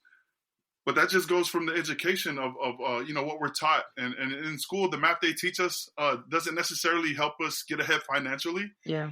But yeah, just learning the simple ways and these concepts of how money works, and how to budget your money, how to invest your money, versus savings in a bank. Like if you're wanting to grow your money and put it in these funds, I was telling some people in our industry, my emergency account was saving money in a cash box in the closet, which I thought was safe. I thought it was cool. I thought I could touch it right now. But the thing is, my money being in a cash box, it's not growing. It's just collecting dust. So I just didn't know I had access to this information. But I'm lucky that God placed people in my life that I now have access to that knowledge, and I get to share that with our families, right? Because I've seen when it comes to retirement, when have they ever taught us how retirement works in school? Yeah. I mean, I can't remember. They don't teach that in math class. But you see, what I found out about retirement is not an age. It's a number amount, and the people that retire respectfully and properly, they have enough saved and invested outside of a 401k. Now, see, I didn't know that. And I'm like, hold up, what? So just learning those simple concepts, because I seen my dad also work all of his life, making whatever he was making, and then, get to the age of 65 and retire. And now he only gets a couple $100 check a month. And I'm just like, I mean, this can't be life. You know what I mean? So just learning these financial concepts, and being able to teach people financial literacy, I think it's game changer. I just know for our people, that financial literacy is key, because we're already teaching our kids these concepts, because I just feel like the younger you train these kids just of how money works, where they should put their money, what vehicle to put it in, to grow it long term, could benefit them in the long run. Because when even when it comes to investing, right, I was sitting there thinking like, dude, imagine if I would have just started investing a simple $25 to $50 a month in a Roth IRA when I left high school. Who knows what happens when I turn 30 or turn 40. And see, the wealthy people, they have this knowledge that they get to pass down to their kids and their families and then their circles. And that was something that stood out to me when we got into the financial services industry. And I thank God, because I tell people all the time, my brother's death was the best and the worst thing that's ever happened to me. It changed my life, because with that situation, God put people in my life that were able to change my perspective and teach us these concepts. And now we get to impact the communities with this knowledge. And I just feel like us Polynesians, we're super amazing. Like, we're good at everything. Like, my mentor tells me, like, dude, your superpower is building relationship. And I just feel like that's a superpower for all Polynesians, because that's what we do. We fit into any circle. It doesn't matter who you are, what color you are. Like, we fit in. Like, I care about what you do for work. I care about what your family, how your family is, your kids. I really care about that. And I just feel like us working in the people business, it just, it rubs off on others. So yeah, getting to teach financial freedom, because we all want to be financially free, but what does that look like? Right. So me and my wife, we're just kind of like your GPS to get you from A to B, with teaching you how money works and those simple concepts. Yeah, I totally agree with you with everything you say, right? Because like even in the high schools in American Samoa where I grew up, but they were really stuck to the curriculum that they're told to teach the kids, right? And so when we come to America, I'm opening up all these credit cards because I'm new to the whole credit thing. I was like, oh my gosh, I got $1,000, not even realizing swiping all that card. You're now owing $1,800 and plus interest more after you spend it. Right. And so then you realize I am in debt above past my head. I don't know. I wish I was that tall, but I'm not. But the fact that, you're learning these things now, and like you said, rich people are teaching their kids the tools that are needed. And then now, like, that's why we're so grateful to be able to have this platform, because now, people who are listening and that will be tuning in later, you have Lee Foliaki and his wife who have this business that will help you in the financial aspects of helping you to grow your financial needs and teach you the knowledge. Because otherwise, and like what you said, it's our human nature to be in every different groups, Yeah. because we're very friendly. We may look intimidating on the outside for many, but we're very humble and nice, kind, and compassionate. And so, Lee, share with us, how, because like people who are listening in are like, yeah, right. I don't even know if I really want to trust that system. Your wife was the same way. How was it that you were able to bring her to come in to trust the system so that others can also follow that same lead? Because nobody wants to listen to another poly majority, right? Some of them are Yeah. like, no, no, no. They will actually go listen to somebody else, right? Right. So how would you go about in trying to persuade them to listen to what you've got going on at works? No, that's a great question, Leonso. And it's just, with our Polynesian people, sometimes it just takes that you see one of us go and do that, right? Just like for me growing up, I seen another athlete. I maybe seen Junior Side on TV. I seen a cousin, but that just gave me hope. So it's not like we don't believe in our people, but it's like I need to see it. Yeah. Which goes against what we believe, right? Because it's like, I walk by faith, not by sight. But the thing is, with our people, we're still kind of hard-headed sometimes, right? I always call it coconut. But the thing is, my wife and I, we're in the financial services industry, and in Texas, me and her are the first state and federal licensed broker in our industry in Texas, first Polynesian couple. And for the whole industry, as far as America, we're probably the number 8th or number 9th. So there's not many of us. So for us to be in this space, Like we had to do a lot of stuff. We had to pass a lot of exams. The state and the federal exams are crazy. And part of me and my wife's partnership was I was going to build this business that we can build a legacy right now and pass this down to our kids. And my wife was going to focus on, the licensing for us to get into ownership. And here's the thing. To become financially free, most people don't realize this. You need to make more money. You have to make more money to become financially free, right? And the thing is, you got to start to look at life. Because in our business, we never try to convince people. We just bring value. I'm always going to bring value. So, when the cost of living is up, you got to think about, is your job paying you enough for you to be okay? And a lot of the times, the jobs aren't keeping up with inflation. So now you're overworking, you're working more overtime just to make the same money or barely have some left over. So there's a need for money. In our business, we always bring value. So I don't ever sell nothing. Like I said, I'm here and I still teach and I coach and I get to educate. So if you have a contract I need to look at, let's review it. Okay. If my wife and I are fully licensed and we're certified state and federally to handle investments or take care of financial game planning, but that's what we do. And I just feel like for our Polynesian people, my wife and I have got to go make a name for ourselves for people to believe. That's just how the game's going to be. And we're fine with that. Okay. So once we start to open up these offices, because we do have a vision of opening up 10 locations in the next 2 years. And this is my vision, Leaso in Arlington. I want to have the biggest team of Polynesian business owners. That's what was on my heart when I first got into this and I saw the vision. I was like, dude, my mentor asked, how many Polynesian business owners are in Euless? And it was tough for me to say zero because there's people that are self-employed, but there's a difference between being self-employed and being an actual business owner. And that was my vision. I wanted to use these concepts that we teach to change my family's life first, me and my wife first, because we didn't have no retirement. We didn't have no emergency fund account. We didn't have life insurance. And this is all the things that go into financial planning. So I wanted to take care of my family first. And then from there, I was going to go teach the community because think about this. If you see, how many times do we see, let's say Quick Trip or a gas station, it's like 99 cents gas. Mm-hmm.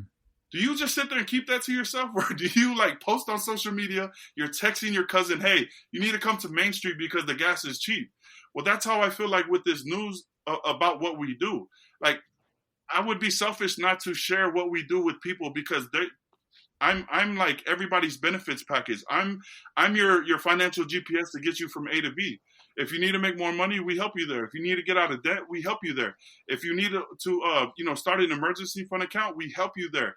If you need a plan for retirement, we help you there. If you need to put money aside in an account to set up these accounts for your kids' college saving funds, dude, we help you there. So there's a lot that what we do with this space. And I just know there's a lot of people watching us, especially our Polynesian people. But like I said, me and my wife had to go do it first because there's going to be a lot of people come behind us that look like us, talk like us, and walk like us. And we're just happy to be in position. So I hope that answers your question, Leah. Yeah, you did. Thank you. Thank you. No, you're exactly on point there. Mm-hmm. And a lot of what you said, it resonates because I think me and Lasso are in a similar walk, right? We try to connect people where the resources, right? There's a lot of things we're not educated on or we're not grown up with or not familiar with.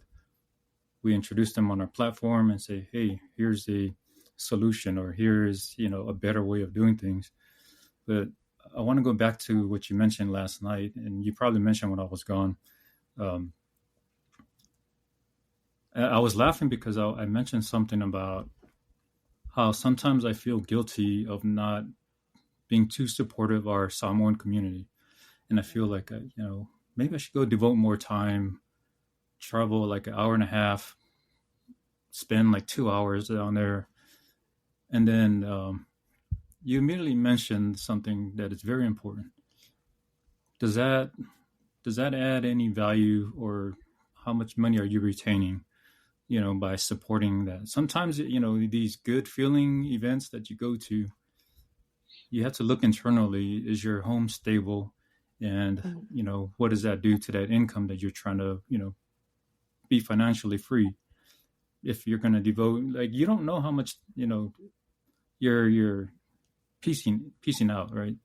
And in Samoa, we call falavelavas. I know you're very familiar with Yeah, falavelavas, but even without the falavelavas, if you're participating in any community event, you're going to be giving, giving, giving. right. And at some point, you're saying, you know, you work so hard to try to build wealth, but at the same time, if you're not budgeting correctly, you can easily release all of that income. And next thing where's the income? Where do you have, is there any savings left? What have you built? So I like what you guys are doing, but that is so important for our Polynesian or Pacific Islanders is to understand that. And you made a great point here. You can't just sit in one spot knowing that that's all the income. You have to have a vision 4 years, 5 years down. I don't want to be making this same income. If I know I have to build that wealth, either I jump ship or do additional, take on additional responsibilities to build that income. And I like what you also mentioned is I have to prove to the outsiders, I have to fix my internal home, prove to them, follow, I've built this. Look what we have built, and you too can achieve this. I'm going to show you this. So thanks for sharing all of that. Yeah, no, you're absolutely right because and here's the thing about the falablava is like there's nothing wrong with it.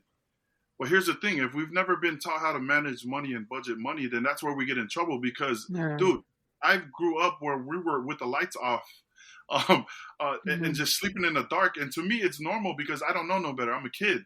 Yeah. But it was a church event. My parents dumped all their money into church, which I'm not going to say anything about that. It's okay. Like what they want to do with their money is fine. But the thing is, what happens the next week when the bills are due, or you have to take care of things with the kids? Now you're either trying to borrow money or you're waiting for the next check. And I just feel like if we're mindful, if we're mindful with our funds, like who's to say you couldn't pull something from your emergency fund account because you do have that set aside? You know what I mean? Mm-hmm. Like I don't see there's a problem with that. But when it's like pulling from the money that's going to bills and you're waiting for the next check, then that's why I feel like we get in trouble sometimes. And that's why I'm saying I keep going to my brother's situation because me and my wife didn't come here because we were interested, Arlington. We came here because we were convicted. God was trying to send us a message that if we continue down this path, we would end up the same way, or we won't have these things that are promised to us because of just having information. And I just felt like, with my dad, because when it comes to retirement, we've done a lot of trainings with the military people, right? One of my wife's aunties, she retired. She served her full term. And we got on here talking life and, talking about our financial concepts. And she's like, Lee, I should jump through the screen and slap you. Where were you 30 years ago? Because the thing is, she's still working today. You know what I mean? Like, and to me, Leaso and Arlington, when I think retirement, I think I'm going to be in Samoa on the beach or in Hawaii or in Florida. And I'm not worried about income. I'm not worried about working. I'm spending actually being free with my family and not thinking about any of those things. Well, that's the life you get when you retire properly and respectfully. And that just all comes down to the information and where you have your money. And I just know, especially with a few of my uncles that do landscaping, I'm their benefits package because they're self-employed. They don't have retirement. They don't have life insurance and all these things. We're licensed to help you with that.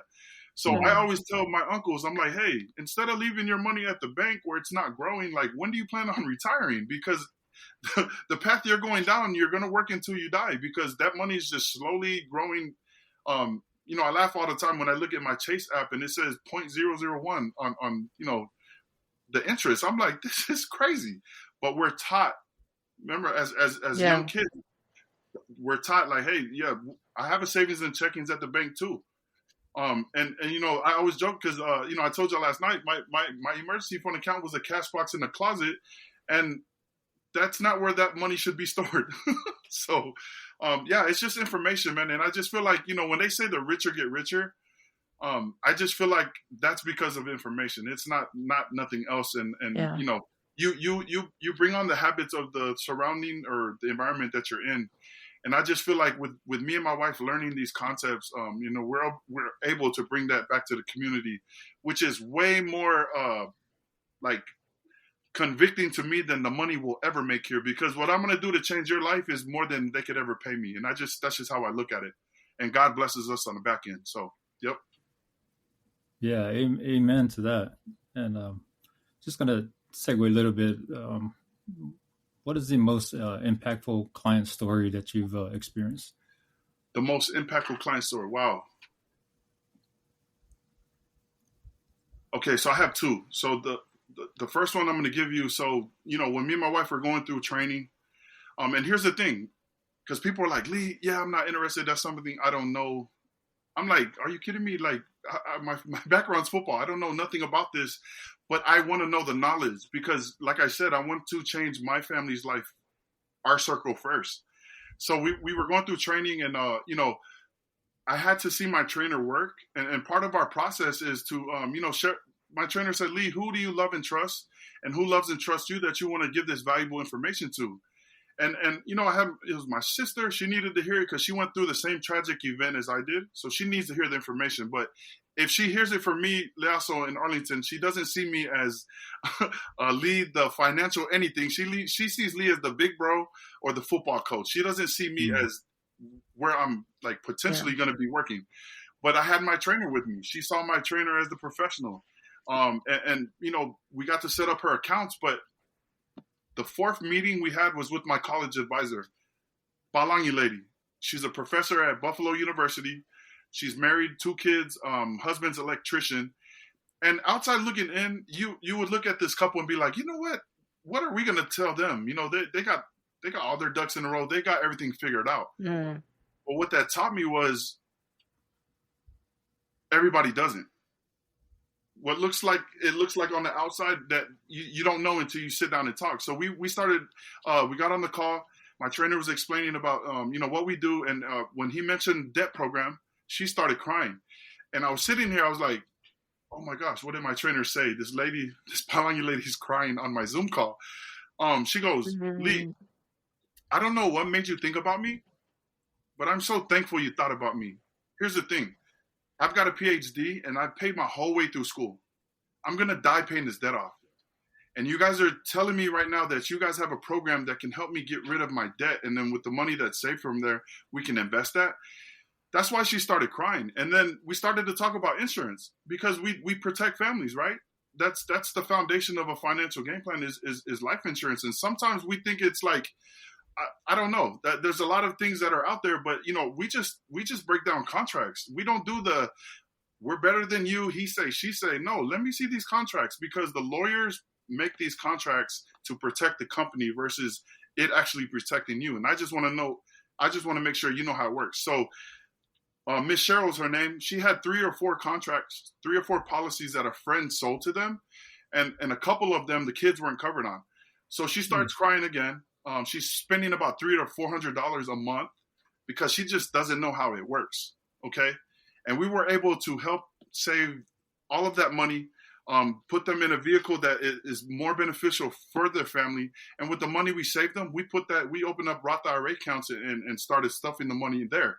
So we will help it grow. So that was one meeting that convicted my heart because here's what it taught me. I don't care what you do for work. I don't care what your job title is because the chances are if you make a lot of money, you're probably spending a lot too. We cater to the middle income class because they're the market, the biggest demographic of people that gets left out in the rain. We're always working all the time. We're always busy, paycheck to paycheck. And not saying all, but most of us are broke. I'm speaking only for me and my wife. That was us. We're always too busy. We never see each other, paycheck to paycheck. And you would think Lee's a teacher and a coach. No, we're overworked, underpaid too. Okay. So that was the first convicting client story. The next one was more convicting because I was training one of my agents. And this is what taught me about just being able to bring more value to somebody, even when they want to wait. So I'm training one of my agents with her sister. It's a Friday, and I still kind of get emotional about thinking this because, I love what we do because it changes lives. But that Friday, the girl Jessica was like, Lee, everything's beautiful. I want to get all my accounts put in place. Let's just wait till Monday. And me, I never wanted to be one of those pushy guys because I've seen them in the industry before. Pushy. Hey, you need to buy this. You need to do this. I just, that wasn't me. Like I said, I don't never convince people. I bring value. And then you make a decision based off what I presented. So she wanted to wait till she got back from out of town. She goes, Lee, I want to do all this. Let's wait till Monday, and then we'll get it taken care of. Well, Monday morning happened, and she had an aneurysm, and she was gone. Mm. And the thing about that, Arlington and Leaso, like, to me, like that because it's not all about making money here. Like, I'm really passionate about trying to change your life. And in that moment, I'm like, what could I have said different? Because she left 2 kids behind. And me and my wife went to the funeral, and that's all I was thinking when we were sitting there. Like, what could I have said different to bring more value to her? So to make her understand that time is something we don't have. And that was just a teaching point for me. And, we went to the funeral just to show our love and respect. But that I always have these little situations that convicts my heart and also lets me know that I'm in the right place and where we're supposed to be working. So those were the 2 client stories that have kind of like changed my life and my perspective. And I know why I'm here. So we're going to continue to bless families and bring value. And I even if nobody does business with us, Leaso or Arlington, I'm just happy that you have the information and the tools, because what you can use it for, I don't charge you for that. Now, if you go sit down with one of these big, Edward Jones types of companies, they're going to charge you for even just talking. Mm-hmm. Yeah. And before you get to sit down, they're not going to sit down with you if you don't have at least 50,000 in your savings or checkings. And a lot of the times, our people in the middle income class, like I said, we get left out in the rain because, those financial advisors are chasing the wealthy people because they know they have money. So who helps us? Yeah. That's where we come in. Yeah, I was just thinking about because I was thinking about our people back home in Samoa, especially in American Samoa. The packages that are presented to them at the jobs that they have, and it's just very. Right.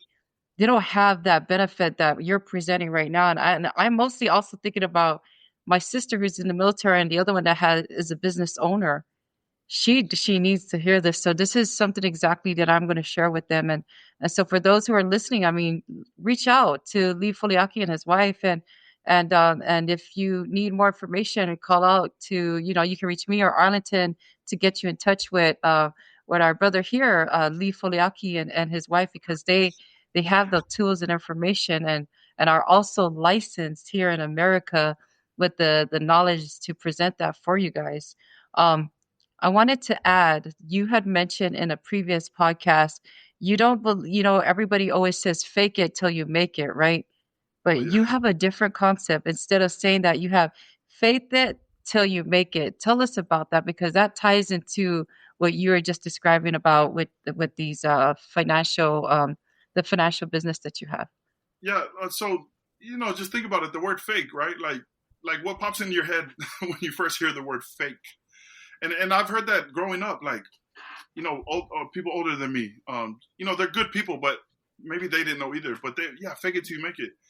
And when I think about that, I don't know if you've ever seen the meme of the kids that are training, but they don't touch the line.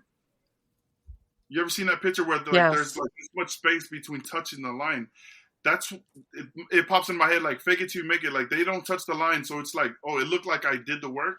Yeah. But no, those that one step could be the difference between you winning or losing a game. It could be the difference between you gaining a blessing and not. So fake it till you make it. I don't agree with that, but I wholeheartedly believe in faith it till you make it, because that's what it has to be. You've got to believe in the something that you're working towards, and you got to believe in something that you don't even see that's happening right now, because it's going to happen. And if you trust God to back your work ethic, then everything's going to work out. So, oh, I'm sorry, this just popped up. We're taught to work, then school, then get a job, and cycle continues. Yes, which is the rat race. So that's absolutely right. So when I read that book, Rich Dad Poor Dad, it talked a lot about that. So it talks about the school system set up to create employees, right? So we go to school how many days? 5, and we're off how many days? 2. We go to the job, we work 5 days, and we're off how many days? 2. And I was sitting there, I was like, hold up, like this is crazy. And the thing is, if you really do some research and see how the government is set up, and this is not a conspiracy theory, like it's facts. Like the government is set up to cater to business owners. And when I had when I read the Rich Dad Poor Dad book, I was like, okay, so if I continue to do what I'm doing here at the school district, I'm going to be the miserable coach that really doesn't have anything to show for anything that for this long period of time that I've been working, and I can't pass my high school job down to my kids. And I've always wanted to have a business. I just didn't know what it was going to be in. Mm-hmm. Well, this business made sense because here's the thing. Our company, our partner company, Primerica's pockets are so deep. Like I don't have to worry about payroll. So my mother-in-law, we always talk business, right? Because they have a restaurant in Copper's Cove. So if anybody on this call ever goes through Copper Cove, please go to Toa's Ohana.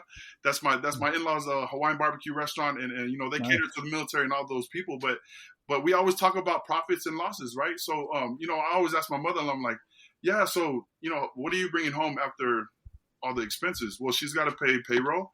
They've got to do supplies. Those are things I don't have to worry about because the only thing I have to worry about as far as overhead is probably paying for rent space at the office, which is like $300.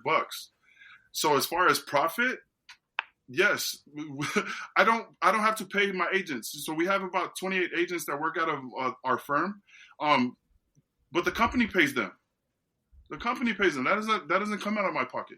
So when we start talking about business and what was our upfront investment, there wasn't really a heavy upfront investment to start our company.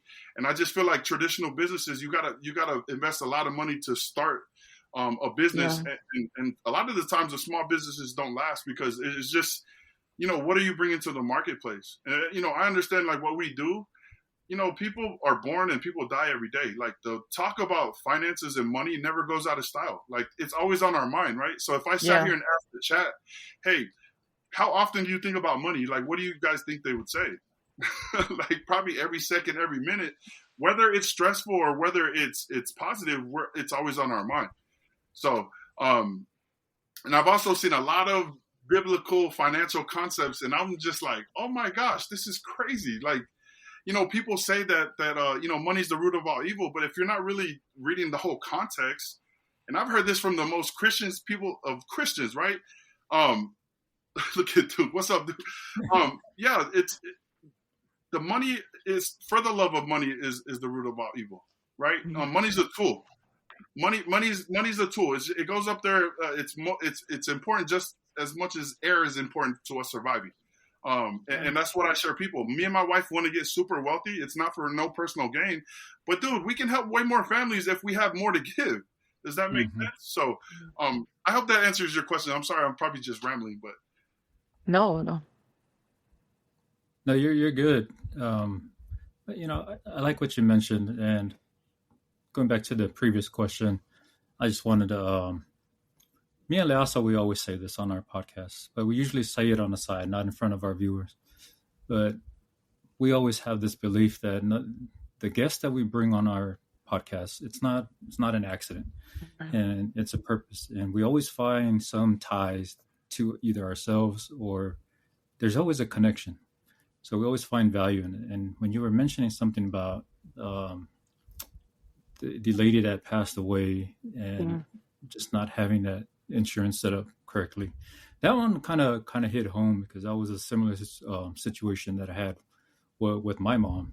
So it's a sore subject for me, but I really understand the importance of insurance because if you don't have that set up correctly, I mean that can be a detriment not just for the immediate family, but everyone else that are responsible for your parents.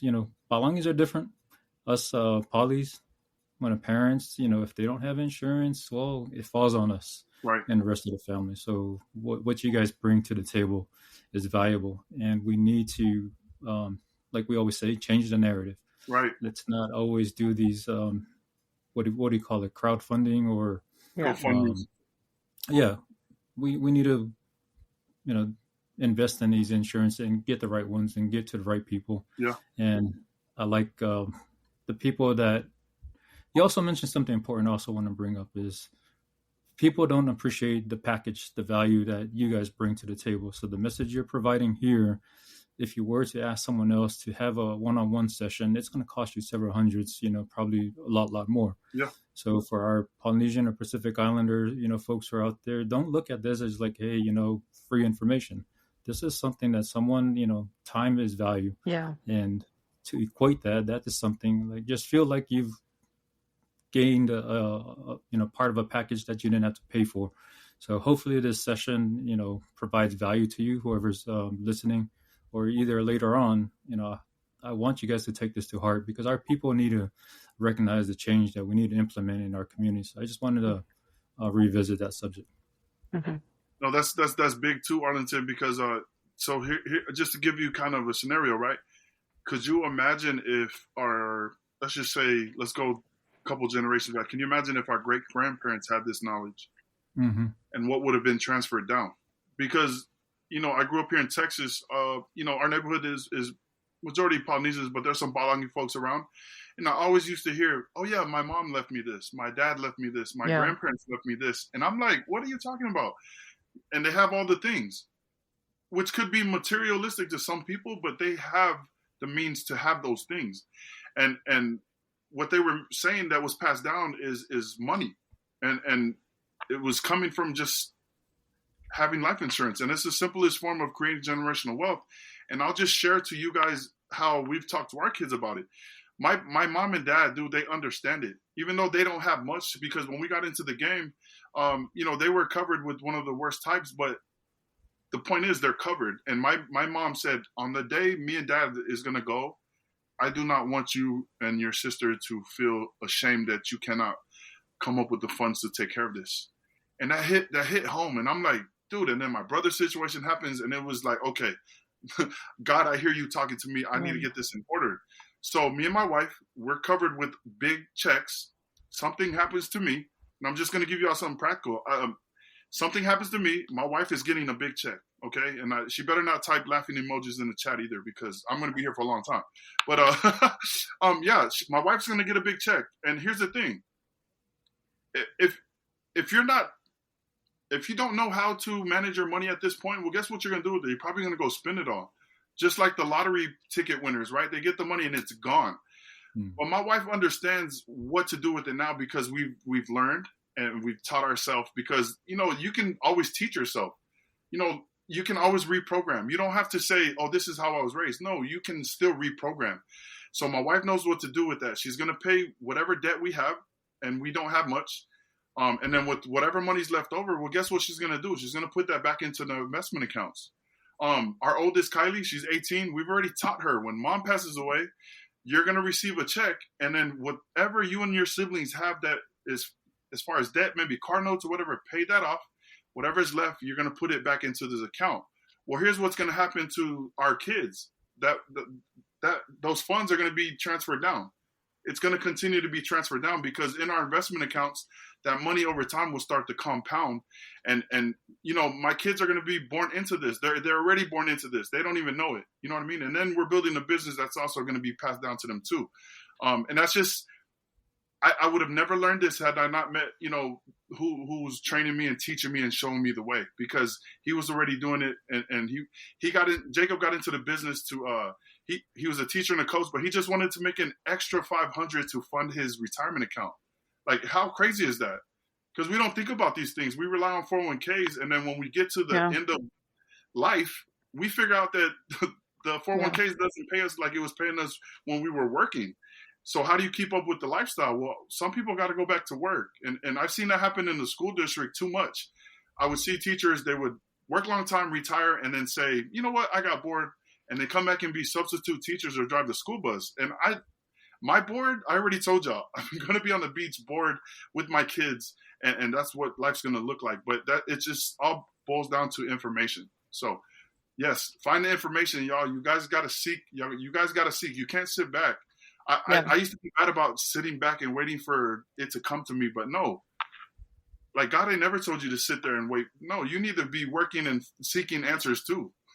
Yeah. I think a lot of it contributes to we're just so caught up in I'm gonna do what's I'm comfortable and just sit and Yes, relax and let things come to me. And so not realizing that when you say stuff like that, you're actually saying that you're lazy and that you're afraid of taking risk. Now, yes, jumping into something else that describes the type of person that you are, because I had learned that you read the book called Relentless. Because yes, I'm not promoting Relentless, but I love this book. yes. This Come is a on. good book. So tell me what it is about this book that also inspired you, because I know it also did the same to me. That book changed my life. So Hmm. a lot of the times people claim that they're beasts until it's time to do what Yeah, beasts do. So that book, it helped me identify who I was. That book gave me permission to be obsessed. See, a lot of times in life, people are obsessed with the wrong things. yeah, I was always obsessed with getting better. I was always obsessed with elevating. I was always obsessed with leveling up somehow, some way. I was going to figure out how to do those things. But when I read that book, it was so crazy because I was told to read that book in training. And I was like, oh my gosh, I hate reading books. Because in school, I only read books for a grade. I didn't read it to gain the knowledge so I can elevate. But hmm, here in the business, I'm in a leadership position. So it's demanded that I self-develop and I read, so I can sharpen my mentals, because the next person that comes, nobody's going to follow somebody that can't lead them nowhere. yeah, So but that book, it helped me identify who I was as far as my personality trait. And guys that don't know about the book Relentless, it's Michael Jordan and Kobe's trainer. And it just goes into the mentals and the mindset of those guys, man. Like those guys are relentless in their drive, yeah, what motivated them, and how they like they let pain fuel them. They get into dark spots, and I used to do that with football. Like before the games, I would be crying, and people are like, "Lee, are you okay?" Dude, I was getting into that space because I would think about all of the worst times growing up, and it would just put me in that mind frame that when I get on this field, dude, it's like I'm in warrior. Like we're all warriors, right? yeah. Polynesians are warriors, but I would just be getting into that mode. So when I read that book, it was refreshing because it was just giving me permission to be who I am, which is I'm obsessed with going for things that are that I can't see. I'm obsessed with providing a life that we can only dream of. I'm obsessed for changing lives. Like that's what I'm into. So that book was big. When you showed me that last night, I was like, okay, Lasso's a beast. It's just one of those things that it makes you feel comfortable to realize, okay, I'm not the only one that feels this way, and and it's okay to be that way because it just tells the type of passion that you had. And so, for those of you out there, I am not trying to promote Relentless, but I also encourage that do go read that book because it really is an eye opener, and so Yeah, yeah. So I know we zoomed past Coach Duke, so oh yes, if you can bring that back up, I sure. wanted to acknowledge Coach's comment. Uh, so he's giving a shout out here. That's my dude right there, solid brother, Come on, Duke. my little coach. Fire. Let's go, Lions. Um, Before we jump into another thing, I wanted to also bring up something that's very interesting that I've learned about Lee, and it has to do with the water challenge that you did for the 30-day challenge. It's very interesting because not a lot of people can do that, especially at our age. It's like it's one of those things where it takes a lot of discipline and obedience. So tell us about that journey. Um, so I'll just touch on the age part too, because I thought about that too. Because I'm 43. Okay, so I was sitting there. I was like, okay, so is this going to be like risky for health and all of this stuff? And I was doing research and I kind of was talking myself out of it. You know what I mean? But here's the thing.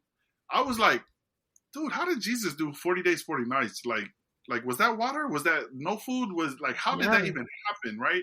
And I just knew I wanted to change to happen in my life. So me and my wife, we've got big goals. We've got big milestones on the line for this year, right? We're on the verge of opening our second office. We're on the verge of our highest income goals and all of these things. But we sit there and we're praying about it, and sometimes it feel like things aren't happening. So then I'm like, okay, what do we need to do? So one of my boys inspired me with the fasting. Then I started to do more research. I figured out that fasting went hand in hand with prayer. And I was like, okay, so we're not doing the fasting. We're praying all the time, but we're not doing the fasting Yeah. part. And I used to think fasting was just, for weight loss. I knew, we do it at church at the beginning of the year to reset, to have a Yeah. great year. But I never really knew the purpose of it. So when I started to find answers and I was praying about it, I was like, okay, I can do 3 days. I could probably do 10. So with something that I feel like I can do, I don't think I'm going to get the best results out of something I feel like I can do. So when I started to think 30 days, I knew I couldn't do it. I'm like, no, there's absolutely no way. And what it was doing to me in that moment was it was already training me and telling me that I was going to have to lean on God to get through this process. Because 30 days, dude, do you know food is a love language for Polynesians? Like let's be honest. Yeah. So for me to deny my flesh of food, dude, it was only going to be me and God. So what happened was we went through the process. Yeah, I went 30 days. It was only sea salt. I had some electrolytes after a week. And the thing about being disciplined, because that was me and my wife's theme word. It was the theme word going into 2025, discipline. Yeah. Because if you're disciplined, you can receive and you can get everything that you want to get. If you're disciplined, if you want to lose weight, boom. If you're disciplined, it's going to happen. If you want to save money, if you're disciplined, it's going to happen. If you want to make more money, work hard and you're disciplined, it's going to happen. So the common denominator of why things weren't happening was just discipline. And when I went through my 30-day fast, I learned control. I learned obedience. I learned to humble myself, because a lot of the times, Lee Foliaki, the beast mode football guy, I stay in that character, but there's every now and then I need to be humbled, and I need to know where all of the blessings are coming from, and I need to know that I need help. I can't do this alone. So I went through the 30 days. It wasn't for weight loss, but I gained so much, man. I killed all the bad toxins, created some new cells, started at 364 in weight, and then finished at 313. And my goal was getting to 275. Why? Because I want to up my insurance. And here's the thing. Yeah, It's that's crazy true. because that was I'm like, okay, so to give blood, I got to get to this certain weight. So I just need to do this. I'm not focused on the weight. I'm focused on the purpose of why I'm doing the fast. But during the process, I end up losing weight. And now to keep it off, I just got to stay fit and stay active. And we're doing that now too. But yeah, it was the hardest thing I've ever been through in life. So I've been through some hard, but that's the hardest I've ever done. But it's been the most rewarding. And I have to say, like, because I've done it before, right? But because of medical reasons. But you have to say, like, your skin got better, right? You're sleeping better. The moods change.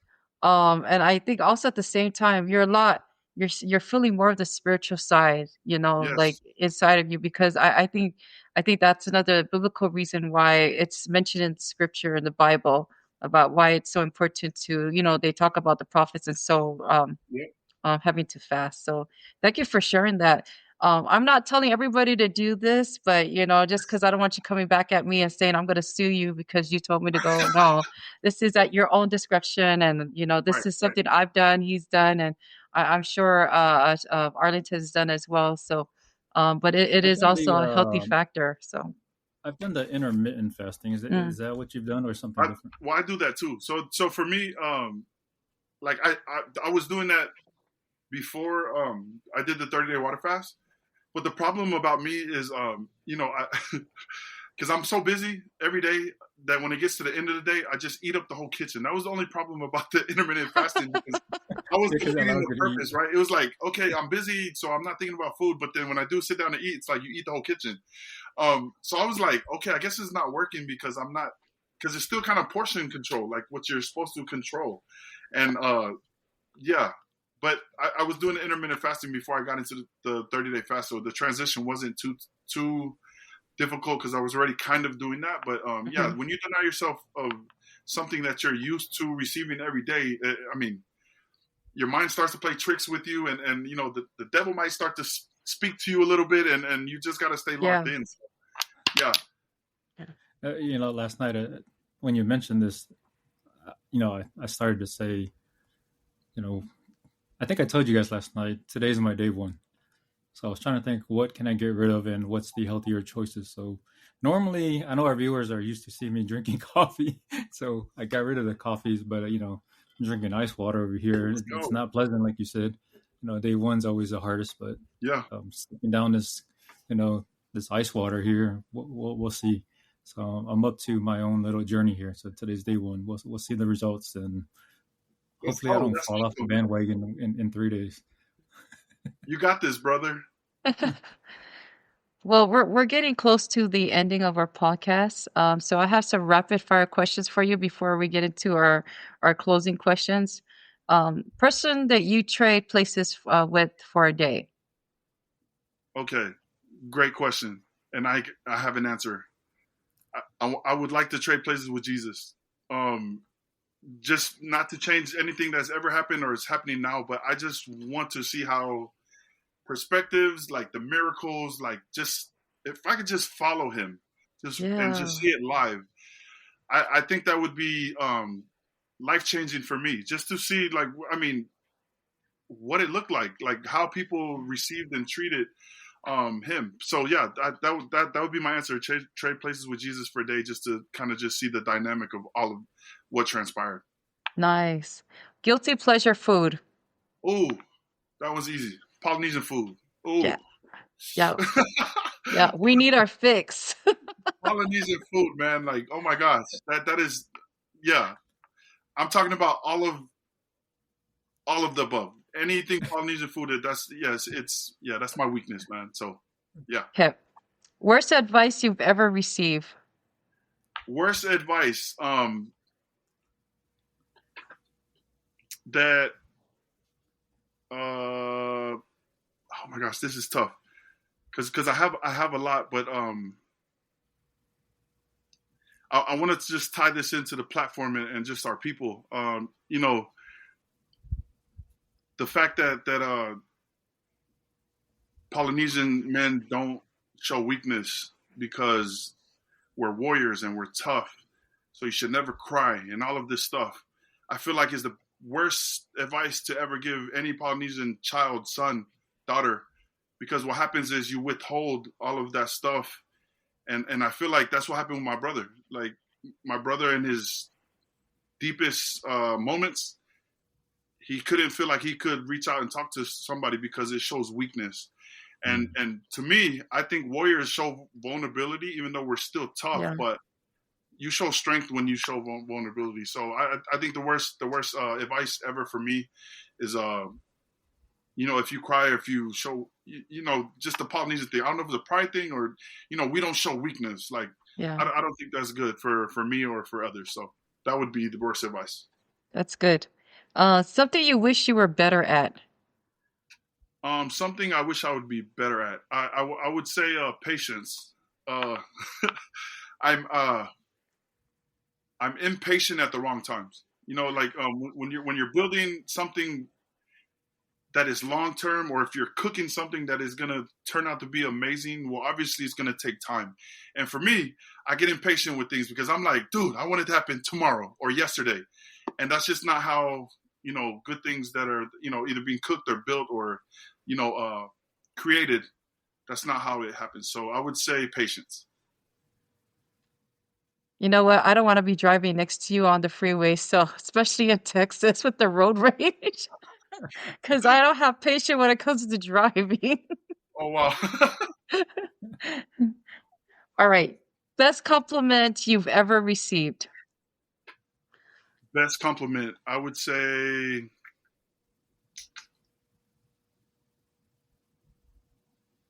Man, that's hard because I know as a parent, the success of your kids or how your kids turn out, Uh, I would say is a great compliment as far as a parent because what happens at home and how you train your kids at home will show the results of what happens out in the real world. yeah. And I just feel like home training is impactful. And the best compliment that I could ever get is how my kids turn out or how they are. Now, mind you, there might be kids like me who are hard-headed that, give their parents a run for their money. But at the same time, my parents did a great job. I was just one of those kids that always went left when told to go right. So, but yeah, I would just say as far as a parent, like how good your kids are. Yeah. An idea most people get wrong. An idea most people get wrong. Oh, I know I spoke about this earlier that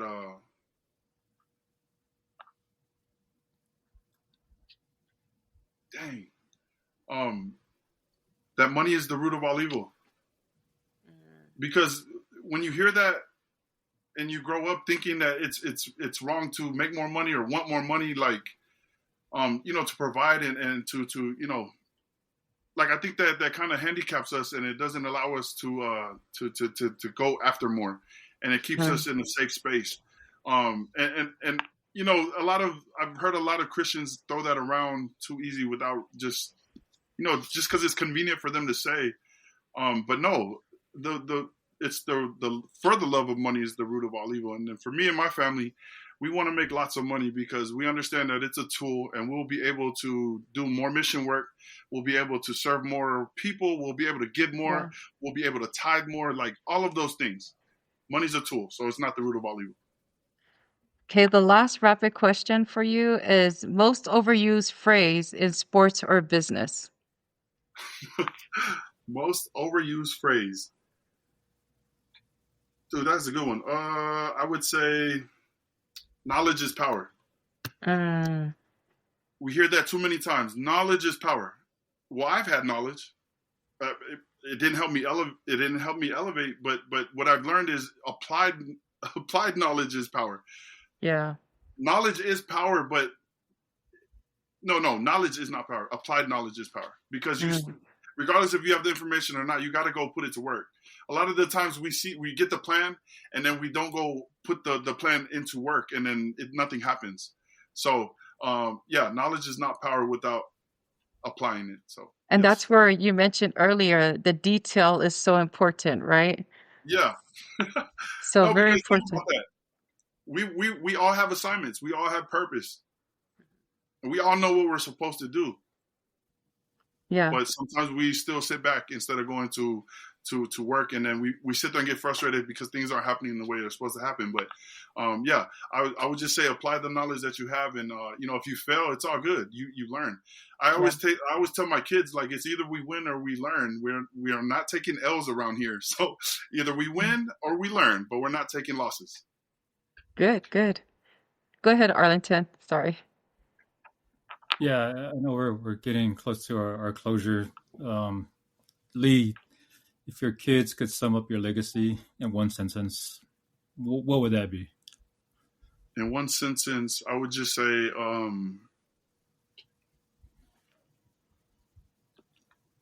whatever my dad was passionate about, he went after it, whether it was hard or whether it was easy. And he always made sure that he positioned the family to win.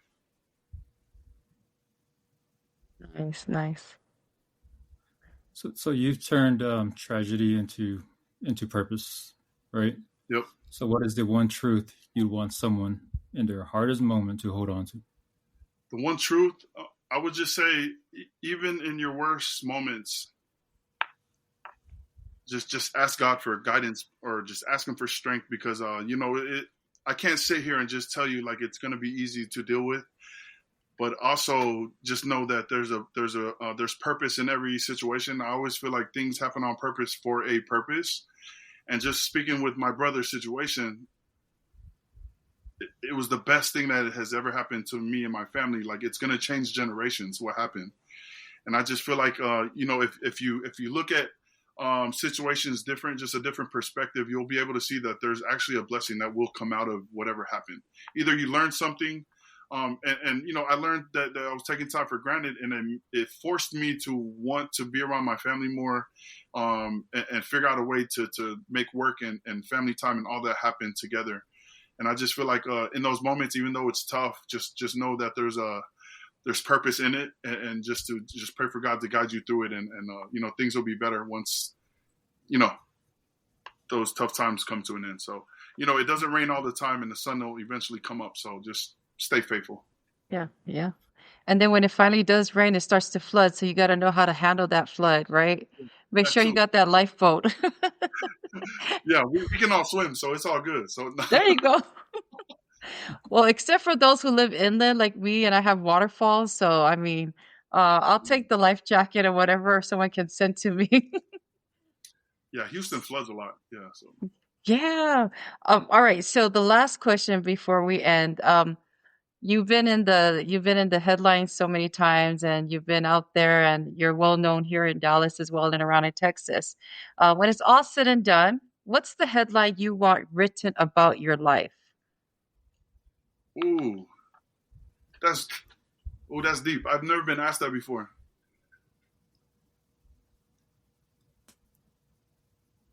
Wow. Um, it will say Lee impacted me somehow, some way, whether it was through conversations, through acts of service, through business, through church faith. Lee impacted me somehow, some way, and I just feel like that's my purpose. My wife and I aren't here for the money, but we're chasing freedom, and I just know with that comes influence and impact, and the more families I get to impact, I just feel like the more blessings that will come back to this family. So yeah, the word that comes to mind is impact. Thank you so much, Lee Foliaki. Just wanted to say, like, there was a reason for us to cross path and being able to share your journey with all of us, and also I really do admire the stories that you share because especially with the 30-day challenge and the financial stability and knowledge that you have for all of us, that really did inspire me as well. And I'm going to share that also with my friends and family and those who are out there listening. And I wanted to ask you in closing, what would you, for those who are trying to reach out to you, go ahead and share what it is that you information that they can reach out to you if they wanted to contact you. Okay, so we're on all platforms. On Facebook, it's just my name, Lee Foliaki, verified. I gotta add that in because we have some people trying to act like me, but they're not. So with the verified symbol, I think Instagram is takeoff underscore CEO. Takeoff is our branded company name, and then phone number is 214-597-6297.